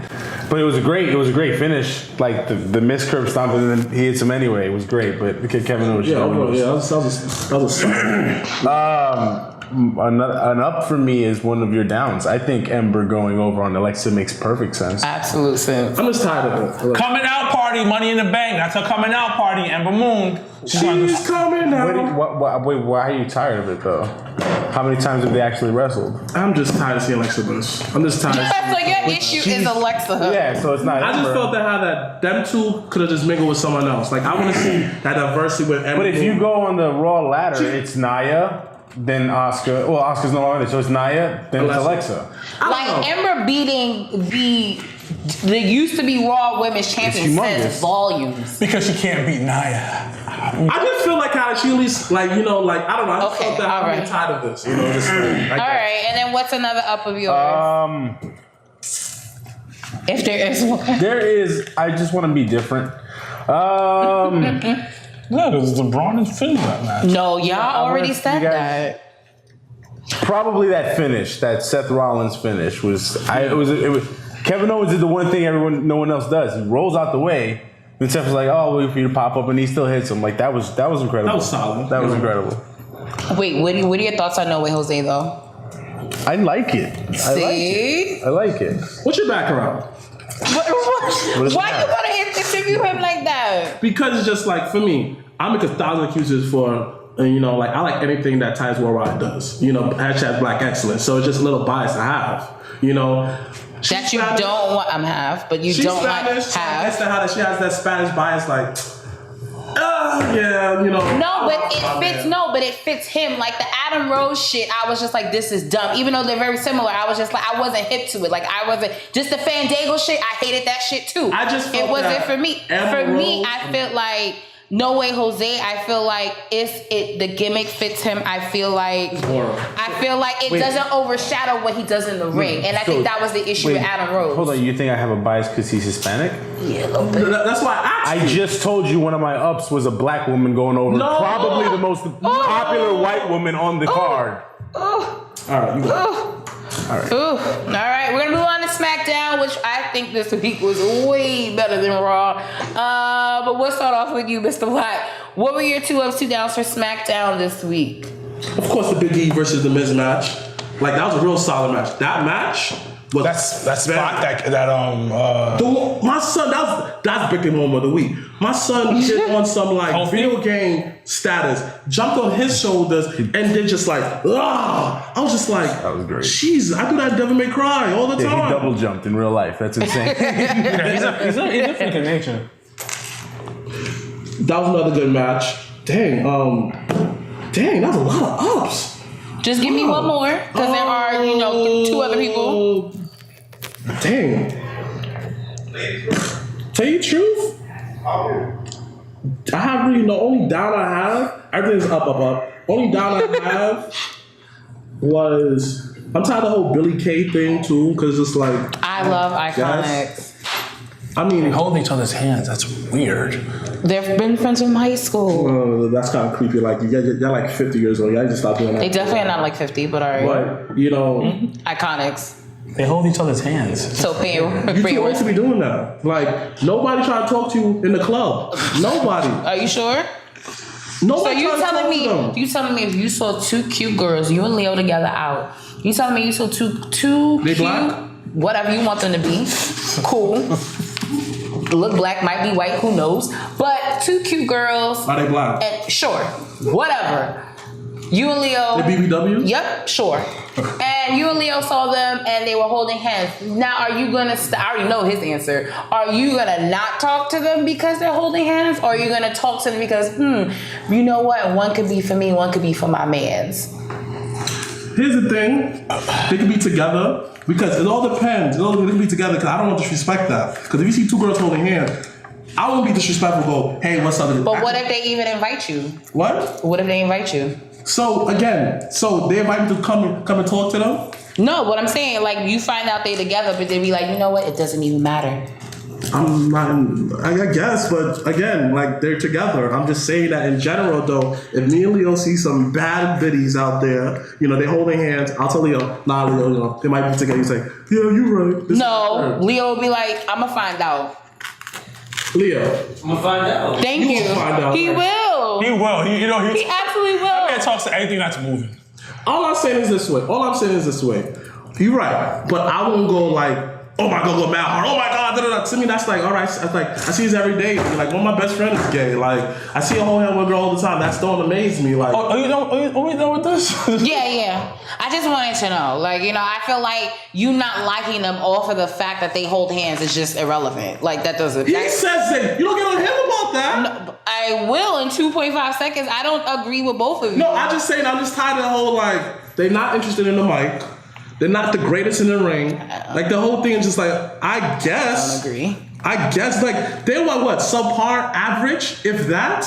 They're not even that great. Their mic skills is mad like frustrating, and don't say because of the accent. Just overall, I can't. No, I actually enjoy can't them. So personally invest into them. I think they're fine. I just don't like them holding hands. I don't like the fact Just that keep it a buck. all right, Go so ahead. that's your only down. So what's yours? I didn't have it down for SmackDown. Really? What's your uppity I did- up? First ever didn't have on it Java down. Tears, I really- no down. I enjoyed the whole no. show. Yeah. we had no downs when the WrestleMania after the SmackDown after WrestleMania. Yeah, we had no downs. We said the Maybe whole I just thing. didn't say it because I was there and I was like, oof. It was a little rough at times. All right, so what are 2 ups? What are some things that The you Good saw? Brothers going over was definitely an That up. was good. But do you think they will win? No. So then what's the point? Give them light. You don't have to win a match to go over. So them going in there with the Bludgeon Brothers, giving it a different look is going to be nice. And it's taken forever for this push to be solidified because either, Harper or Rowan was hurt, So, like, now they're good. They're in great shape, and they're going to work a really great tag team. Not the match, just the end with Daniel Bryan and Jeff Hardy. That dragon whip, and then heel hook, the dragon screw, and then the heel hook. Like, it's great. Change it up a bit. Daniel Bryan took out some moves he had in the vault on SmackDown. I was like, oh, he got something we didn't know. He said he was gonna make a legend tap out. He did. I mean, but is he gonna make Joe tap out? That's what matters. That's gonna be a good one. All right, so actually, I kind of want some early predictions. So since we kind of have now a shape of what. Skipped his up. I did, but I mean, he already talked about how he don't like them holding hands. So really, I got enough to want to hear. He's got one more down and 2 ups. I guess you lucky he's here. Pass by you. CN. That was my up. Of course. That's my up. I fucking love him. That was my up. Man. Like, I'm with Joe Keem when it comes to. I want to call you Joe, but I thought that would be Joe's weird. fine. So, okay. I'm with Joe and with Luke and Carl. Because I think that's like a real good look for them. Like, a really good look. Do you think that would have happened if they stayed on Raw? No. What I'm seeing right now, and they kind of said something with the Biggie and the Miz TV. New Day's about to break up soon. It's coming to that point. They kind of alluded that a few times in the segment. It's been going on for months where they're like, hey. Yeah, they're kind of alluding that.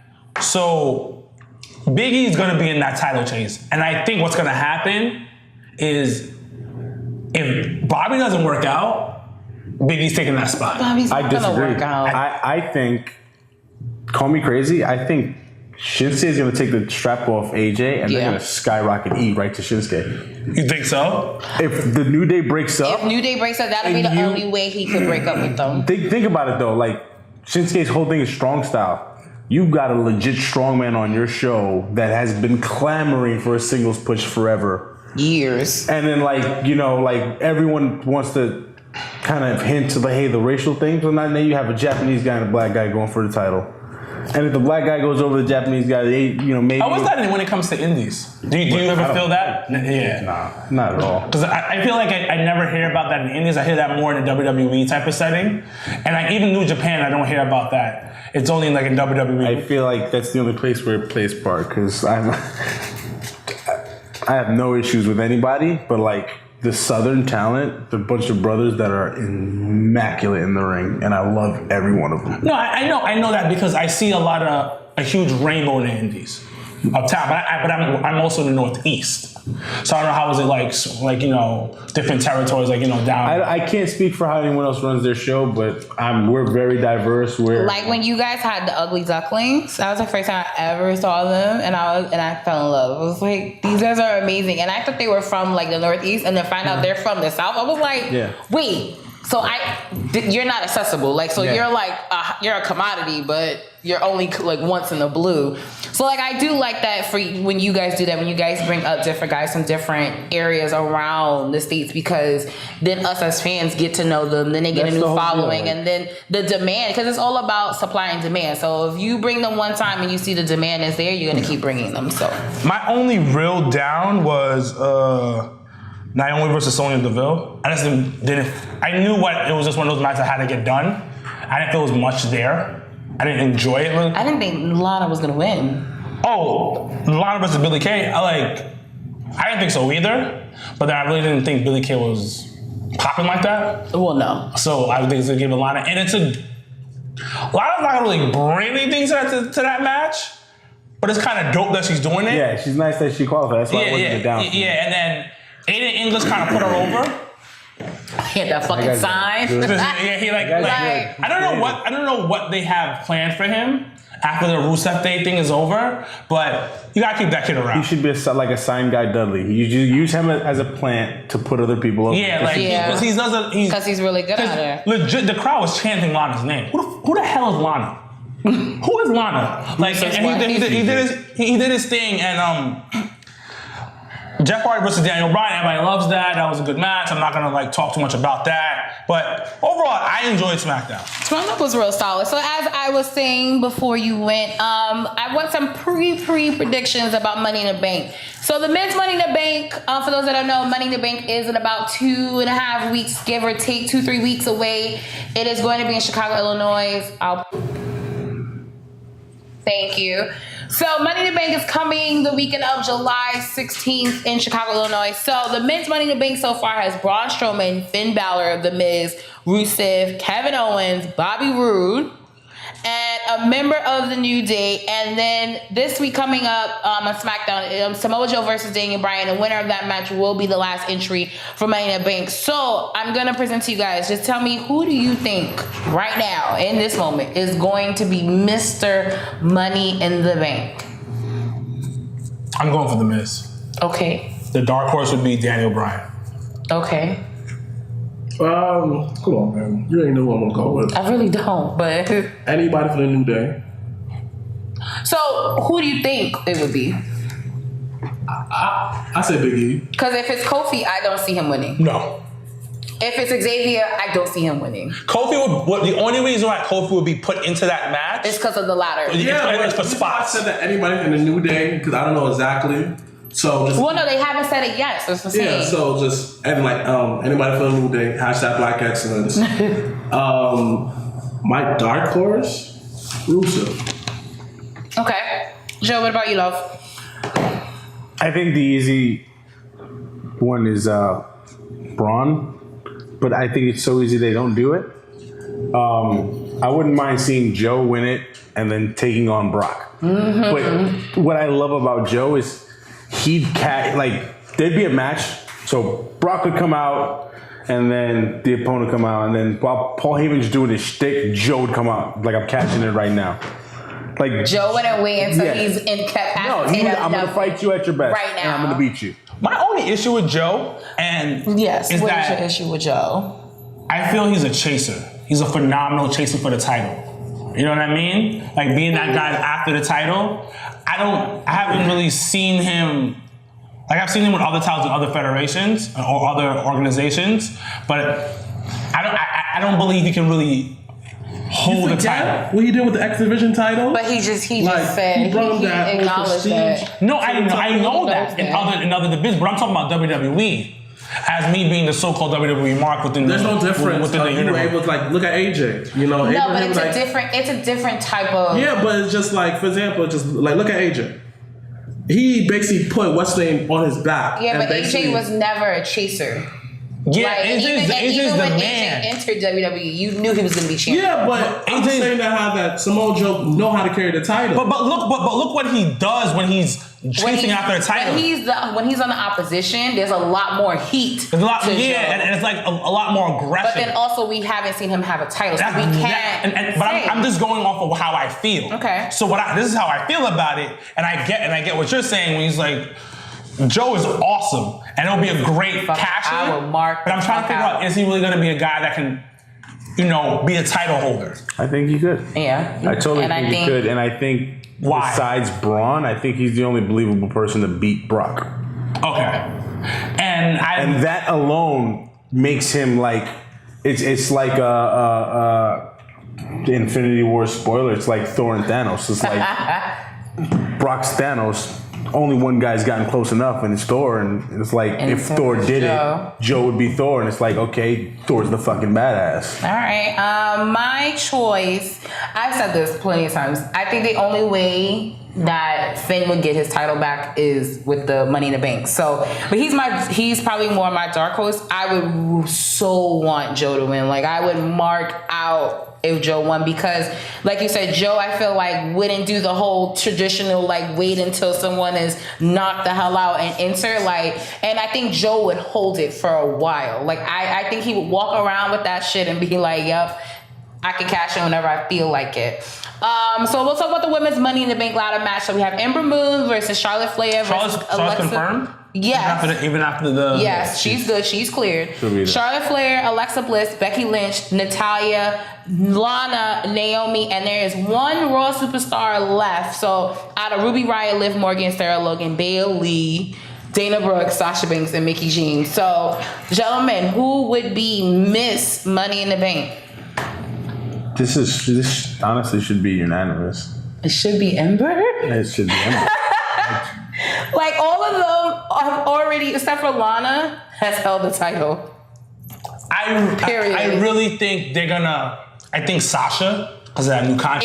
If Sasha is the one that enters, then it will be. If Sasha does that, then the reason why I say that because they want her as one of the top faces for that division. Now, Ember Moon is gonna put on a show. And I feel they're gonna have her, the story's gonna be her coming close constantly, you know what I mean? Like, she'll touch the title, she gets knocked off. She'll climb back up, gets knocked off. She'll be coming close numerous times. Like, remember when Finn was in the greatest, was it Greatest Royal Rumble? Was it? No, it wasn't Greatest Royal Rumble. When Finn lasted so long. Was it the regular Royal Rumble or Greatest Royal Rumble? That Finn lasted like over like... The regular Royal Rumble. Something like that, of that nature. Where she looks strong throughout the match, but she doesn't get it because she's not there yet. See, but I feel like if Sasha was to be the last entry, I feel like that would be Sasha. I feel like it would be her. But they did that. But they did that already with her. I mean, come on, you know the Men in Black syndrome that they do to us all the time. They make us forget all that shit. So I do think that Ember should walk out because you have to think Money in the Bank is for someone that would not typically get a title match. Like, look at Carmella. Everyone was tight about Carmella getting that Money in the Bank. I thought it was great. I thought it was awesome. And it was the only way I think she would have even had a title is with Money in the Bank.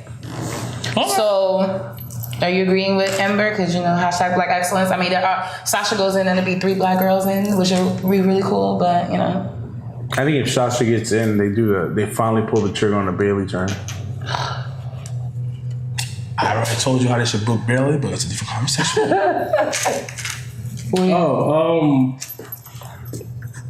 Amber gonna win.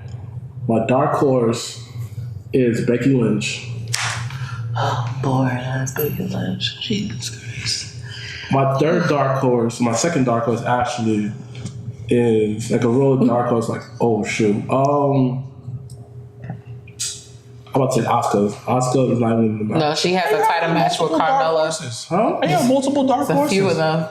I mean, the ultimate dark horse would be Lana winning. That would be the ultimate OMG. No, I don't Like Becky Lynch. Because if Dana gets in, then she's... Right. But Becky Lynch being the dark horse, and I have to say... Relax. I have to say, like, the ultimate dark horse, like, oh, sure, she won it, I'll be shocked. Natalia. No, she already won her title. When she won the title, it was like, oh, shit. Again, I say, that'll be the... Why, but I get it, but either Natalia or Naomi. Those are my other 2 dark horses. You just want half of the people to win. He wants a stable. I'm with it. All right, so we're going to move along to our third segment. And before we do, those that are watching on the live feed, our next segment is going to be a Q&A since we do have a special guest. And I think as wrestling heads, we all should always ask certain questions and just get our brains and minds flowing. So those that are watching on the live feed, please enter right now some of your hot wrestling-related questions, wrestling related, because we get random ass questions all the time. So we're gonna hit our next segment, which is rivalries, and each dream match that has not happened before, or we at least tried to, because sometimes I repeat mine in this because it's been a long week. But start off with you, Sir Wilkins. What is your match this week? And I hope it's not someone in a ladder match. It's gonna be a ladder match. Why y'all hating on my ladder? No one's hating. I don't hate. I like ladder matches, Don't actually. put it on the shirt. Rock and Triple H. Oof. Just saying. First ladder match comes in my brain. Okay. I can have a ladder match. Yeah, you can, but I just go ahead. I feel disrespected. Oh Lord. But Can you not be anyways. personal today? LAX. Oh, it has to be WWE people? No, actually it's okay. Because you saw them when we went to the show, so it's fine. They were fire. I know why you said it. They were fire. This one, let me tell you about this one go. We went to HOG on Friday, and this one was like a kid in the cave. Like, he was just like, I've never seen this before. Like, it was so funny. There was an ending. What's his name? The swerve dude? Oh, Shane Strickland. Oh my God. Oh my God. He fell in love with him. So he did his move. What are you doing Sunday? Huh? What are you doing Sunday? He's gonna be at my show Sunday. Well, where is this? Where is it? Same place you're gonna be Saturday. Oh, for real? Yeah. Oh, well, you'll pull your plug. He pulled a move for the ending. I was like, ah! He lost his shit. And then this other dude named the Hawaiian guy. What's his name? Oh, I don't know, but he was like Joe. He's like a miniature 0.5. Joe. He had a tattoo on. He has a tattoo on his back. Oh, man, it's like Cobb. His last name is Cobb, I think. Oh, Jeff Cobb? Jeff Cobb. Oh my God, this boy can move. You don't watch Lucha Underground? Nah, he's fan. He's on Lucha Underground. You know who else was gonna be on Lucha? Who? Sunny Kiss. Really? Yeah. Oh yeah, I saw it. On one of the episodes. That's the only way. Oh Lord. We'll talk about that later. I'll show you later. Real shit, cause Sunny it's dope. And honestly I'm speaking, super Sunny's one of the few excited. people I've seen that like the few times I've went to indie shows, made me like be a fan. Like you watch somebody, you're like, yo, I'm a fan. Off the rip, I'm like a legit fan of something. Yeah, like he's the only reason why I think I'm gonna watch Lucha. But He's out the shot again. But I love move in. Don't worry about this. Go back. But anyways, so my dream match, Drew McIntyre. Okay, so wait, so you said LAX. Oh, I'm sorry. I was thinking about the other. LAX versus New Day. Okay. In a pancake match. I'm selling merch, B. I'm selling merch. Okay. The winner, the loser, gotta eat pancakes. A pile of pancakes. Hold on, Bobby Lashley did that match. It was a burger match. Remember that? Y'all remember that? No, I'm not a big you know what I'm ass talking about. fan. Y'all know what I'm talking about. I'm trying to sell merch. But I just want to see LAX versus New Day. That's all I really want to see. So then you should have left that. I want to sell some merch, B. I mean, I can't sell merch? you can there, but like I wanna sell some merch. It doesn't have to be the damn stipulation. Because the reason why it'll be such a good match is Pancake on a LAX's ladder. energy. Do not give him my details. What? You said? Pancake at the top of a ladder. Terrible. Hold on. We can make it really funny. They got the winner eats either pancakes or tostones, and then Alex is bad. Alex is bad Spanish, man. They came out with the Puerto Rican flag. I was like, I love you guys. Yeah, it was like, you don't watch them like Impact? no, I don't watch Impact. No. I told you what I feel about But Impact. honestly, they're better to watch in person. I saw them in person, House of Glory. It was them versus I think Party Next Door or Party Up. Private Party. Private Party's fire. Yeah, I don't Private Party's mad ignorant. Private Party's mad ignorant. Yeah. I'm mad I know a lot of these people. I watched it. Yeah, I went to a couple of shows. Yeah. What's your dream match? Oh, Lions Den. what? A Lions Den match? No, this is like I got reserved for the bigger pay-per-view. That's why I usually bust it out. Dang. Dang, I had it in my head. Oh, Ruby Riott versus Luna. Ooh, that's a good one. Okay. Yeah. It's nice. Sergio. Mike Awesome versus Brock Lesnar.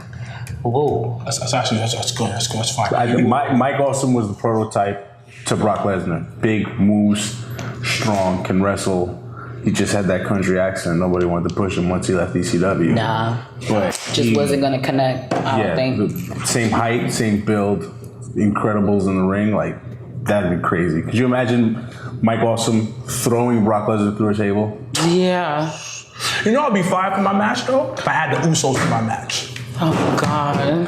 That'd be so much culture. And then what? So Yeah, much what culture. gumbo you gonna have with them? No what do Samoans eat? No food. But this stick, LAX did some moves. I was like, yo, Yeah, they're nice. This is a fire. This is some high flying I fire. think you know about LA. But they're from the thing about it. They're from the Bronx. Yes, Yeah. they're from our city.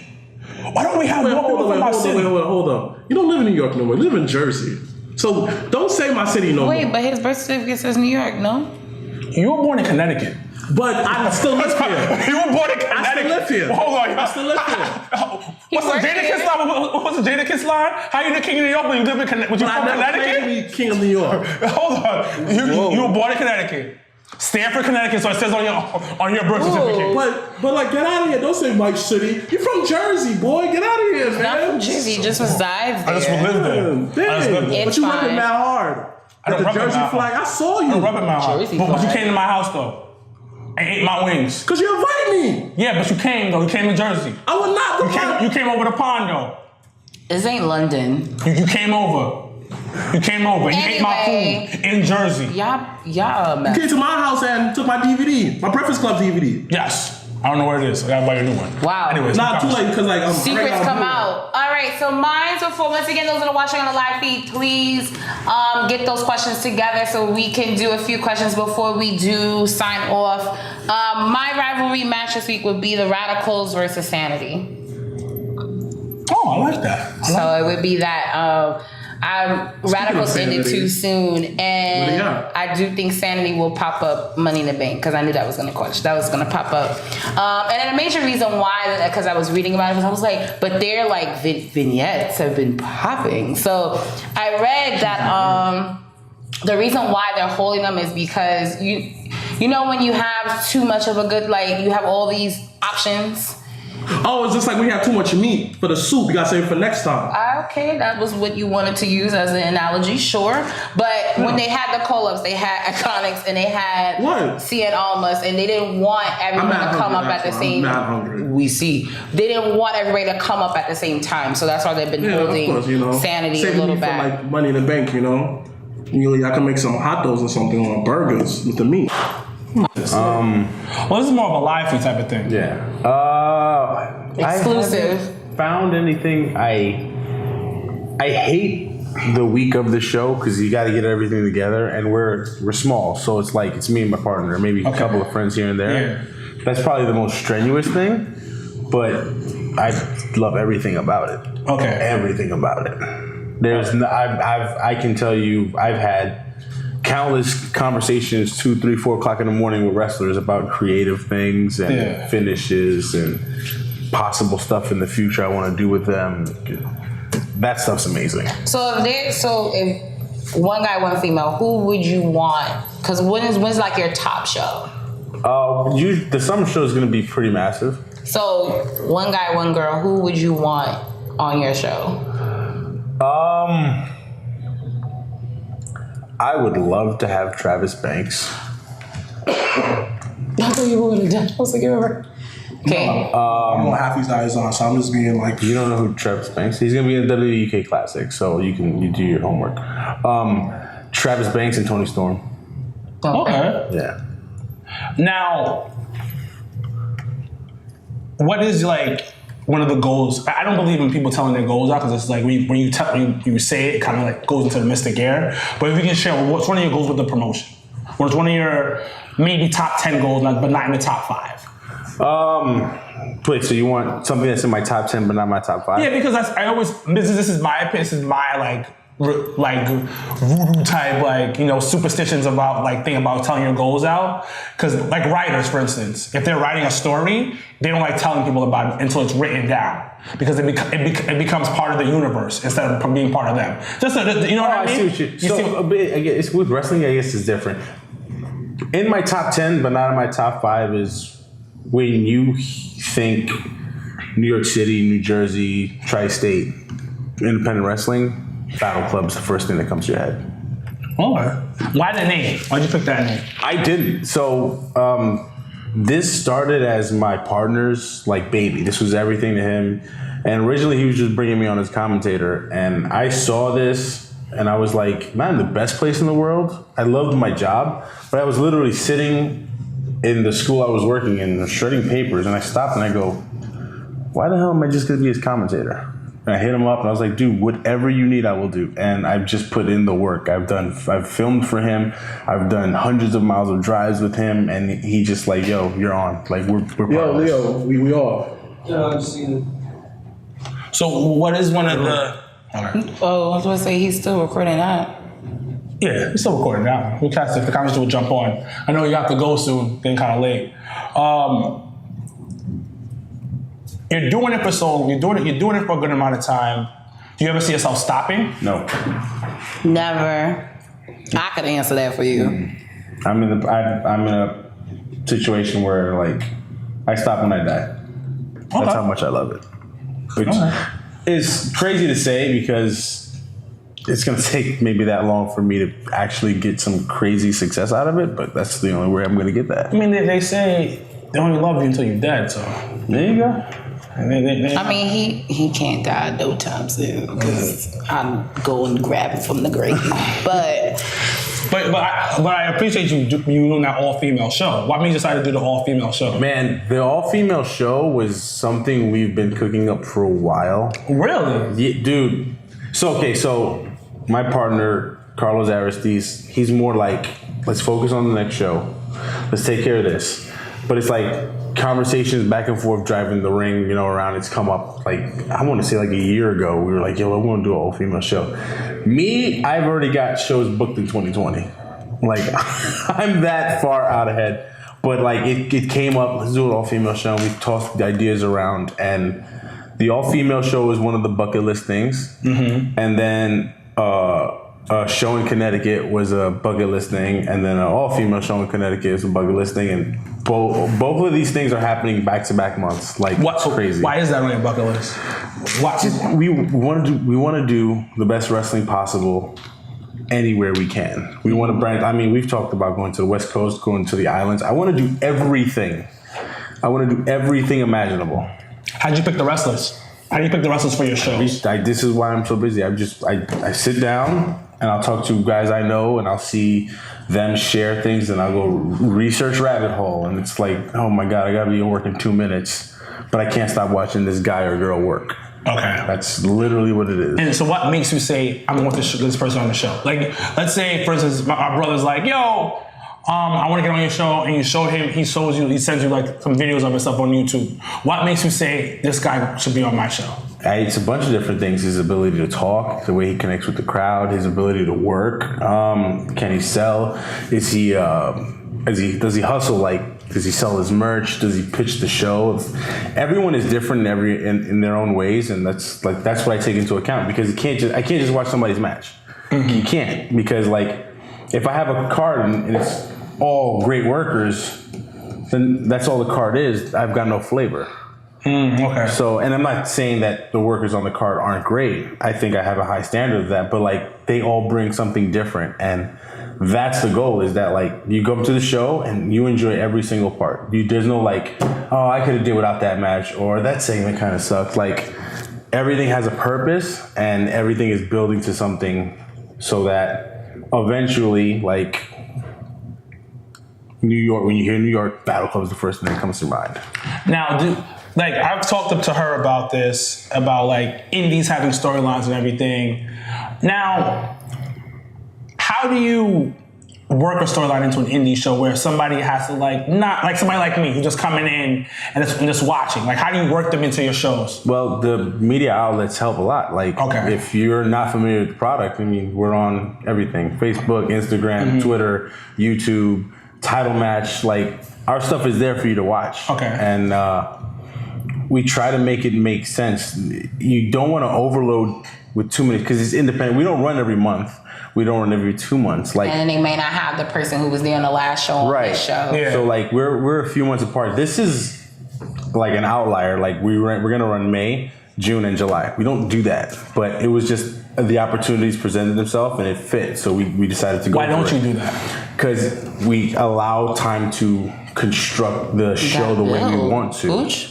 Yeah, we build, we promote. It's not just social media. Like, we go out, flyers, podcasts, interviews, things like that. Yeah, this one's old fashioned. Like, he'll be at a show and be like, come to the next one, come to the next one. Like, he's a worker on his feet. At the same time, in between months with the show, like, I'll do commentary for other companies and I scout. Or I'll film for companies and I'll scout. Or I'll just literally go to a show and scout. And like, the time between shows allow me to do that. Like, if I'm running every month, I've got to worry about the next month. But with the gap, I see. With these 3 shows they worked out because we went from November to March. It's 5 months. Yeah. So in those 5 months, I was able to get as much knowledge as I could, and I was like, boom, boom. I was booking guys and gals for July in November. That's how far ahead I was, because I knew I had the time. So it's like, it worked out. It's not, I don't think we'll do it again, but it worked out. So I had the big gap, and I had more than enough time to plan out these 3 shows. Okay. Yeah. So if there's one area, because you guys have done shows in the Bronx, you guys have done shows in Brooklyn, you guys have done shows in Jersey, like if there's one particular place you want to call home, because one thing I think for independent, which is kind of hard sometimes, is the consistency. So sometimes you want like one place that you could go to and you know this is your arena, this is your place. If there's one place you guys can call a home, where would it be? It would be the Bronx. It's where it started. That's where it should be. Like All the way up. I'm a Brooklyn guy. Yeah. I'd be biased to having it in Brooklyn, but I understand the sanctity of coming home and staying home. You know, like rappers, they'll be in the hood, they get humongous. Great rappers come back and do something for where they came from. Okay, I see. You know what I'm saying? Good rappers, oh yeah, I'll shout them out. But what are you doing for where you came from? Who's your favorite rapper? Eminem, Tupac, Ty. Oh, this is a lot. Not Pop. Leo, you said my I'm right. not an Eminem fan. I love Eminem. I respect Eminem, but I love Eminem. Kim is one of my favorite songs. So let me ask you, who would be the Eminem in WWE? Ooh. So you talking about mic skills? all right. Oh, Or the couch just as a overall. As an overall like if you yeah, so performer? like you said M, you said Pac, and you said That's it, just M and Pac. M and Pac. Okay, so who would be the Eminem in your mind in WWE? You're not gonna like this, but I think M's the greatest lyricist of all time. He is. No, I'm not saying he's not. Okay. He's just not like. Okay, like, so M to me would be AJ Styles because I think AJ Styles is the greatest wrestler to ever breathe. I would say because he's an outlier, Daniel Bryan. Because him being a white guy, Daniel Bryan being like an undersized guy compared to what they usually push in the company and get that much exposure. That's exactly what AJ is, though. Yeah, AJ's small. Yeah, but AJ is just like he got launched on the top of the card right away. So the Eminem. well- Because he's the greatest wrestler that ever breathed. You know who said that too? Kurt. The Table of Three. He definitely gave like AJ that love. He was I like, mean, yo, I you're know the- that AJ is. I'm just saying from my perspective, just like M had to build up that respect through people. And that's what That's what AJ said. I think you're looking at it more from his WWE days, AJ. where AJ wasn't. Oh no! You know me. I've been AJ fan since Impact. So Nah, but he's been doing stuff before then. I know that, like how that using the tag team with Air Raid and all that. Yeah. Trust me, I've been following his career forever. But I'm just saying that for as far as like how that the total, I have to say, you know, you're right. Got between him and Daniel Bryan. They both kind of outliers. Here's why I edge AJ over Daniel. AJ got to the WWE and everyone said, "Oh, he can't talk." He took that mic and everyone was like, "Oh shit, where did this come from?" But what was some of the grass? This is a wrestling podcast. I mean, But it's wrestling related. but it was okay. It was like with M, right? He automatically got the respect of Dr. Dre automatically, and boom, he launched and went to the runnings. Boom, there was no real obstacles for him. Now Daniel Bryan, on the other hand, I mean, no like. So you're seeing M as an underdog, and that's how you link Daniel Bryan. Yeah, because like everybody always give him the pass. But Where I mean, Daniel Bryan is just like there's a lot of people. Wait, you think M wasn't an underdog? But M was. Yeah, he was because like he was the underdog. That's why I said more Daniel Bryan. That's why he's looking at it as an underdog. All right, so we're coming to the end of our amazing episode 19 of the Job Tears podcast. We want to once again thank everyone that's been watching on the live feed. We Thanks for really coming. appreciate. Thank you. Can I say my thank yous first? Thank you. So thank you guys that are watching on the live feed. Make sure you subscribe to our YouTube page, the Job Tears podcast. Instagram at the Job Tears podcast, Twitter, Facebook, you know the deal. Before I turn it over to Joe over here to push the amazing event that's happening this weekend. We usually do a list as our final segment, but this week we are not going to. Everyone is in good graces this week. It must be because of our good special guest that is here, so we're all in very good positive vibes. So I typically say it, but I'll say the first part and then you can talk way more about the event. Us as a team, the Job Tears podcast is amazingly honored and privileged to sponsor Braddock Club Pro's show this weekend. It's been a long time coming. Even personally for me, as everyone that knows me knows, I support those that support me. So I could not let this opportunity go without saying thank you to Joaquin so much for always, not only believing in what we do, but I believe in what he does into his product. So without further ado, I'm gonna let him give his, his plug. And then we'll wrap it up after that. So please tell us the amazing event that's happening on Saturday. Goodness. Okay, May 26th, Battle Club Pro presents May the Queen Reign. There you go, hot fire. 7 qualifying matches and a gauntlet match to determine our first ever champion. We're crowning our first ever champion, and it's going to be a female. Mia Yim versus Tessa Blanchard has been years coming, and they're finally going to square off in a Battle Club Pro ring.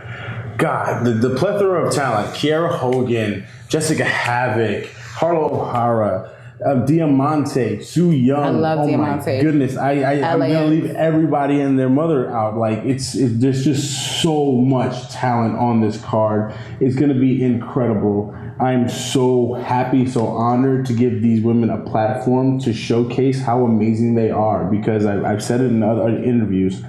Sometimes they go better than the guys, and they don't get the credit they deserve. So.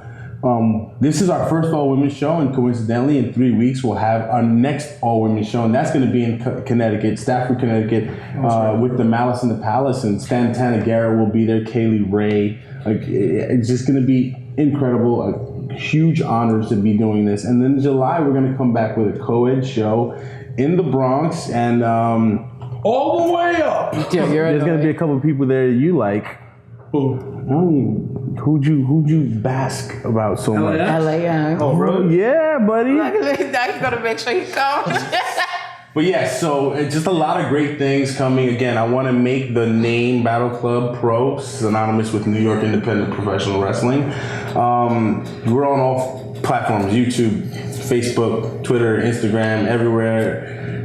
I'm very personable with all the fans. Plenty of fans hit me up, and I'm glad to talk with you guys. I have nothing but love for all the support you've given. I got to thank you guys so much because, I might not talk to you two anywhere near as much as I talk to her, but I tell her so much about how the product is good, and we're always in tune, and it's great that, you've been saying it all the time, and it's true, the Black excellence, and you guys need to push that. And I feel like, not to disrespect you, but I feel like if you stood on a lower level market and didn't focus so heavily on WWE, the workers would push you guys as much as you seem to be pushing WWE. You know what? And I think that would work tremendously for you. You know what? Maybe season 2. Maybe season 2, right? You're gonna start doing. I know you got two great interviews with 2 of my workers coming up Saturday. Yeah. So that will be on our YouTube page once it is edited. You know what? Swift. I think that's a pretty simple thing. This is mad behind the scene-ish, but I think you Hold on. Wrap up, and then we'll talk after. Yeah, I can make it quick. Yeah, I gotta go. No. I'm not saying you wrap up quickly, but I know. Yeah. Sorry. No, it's okay. So as and gentlemen, I'm so excited to continue to talk about wrestling, and it's our time to go. So once again, this Saturday, May the Queen Reign, Battle Club Pro in New Jersey. Check out battleclubpro.com for more information and tickets. Will tickets be available at the door as well? Absolutely. Okay, awesome. Let's sell out Ridgefield Park. Yep, that is the goal, especially with the Jobberteers being there. You guys better be there too, because I'm on everybody. Slap the forearm 3 times. I will be on everybody's ass if they're not in Jersey on Saturday. So once again, thank you guys so much. Thank you so much for joining us this week. It was super important, I feel like, for you to be on here and to always push your product. You're plugging the Wing and Tings? Wings and Tings is coming out soon, episode 2. You gonna plug in our show? That's not. It's behind the scenes, bro. We're gonna do so many things coming up. But once again, follow us on Instagram at the Jobberteers Podcast, Facebook, Instagram. We will be at the show as well, so just come and stop by and say hi.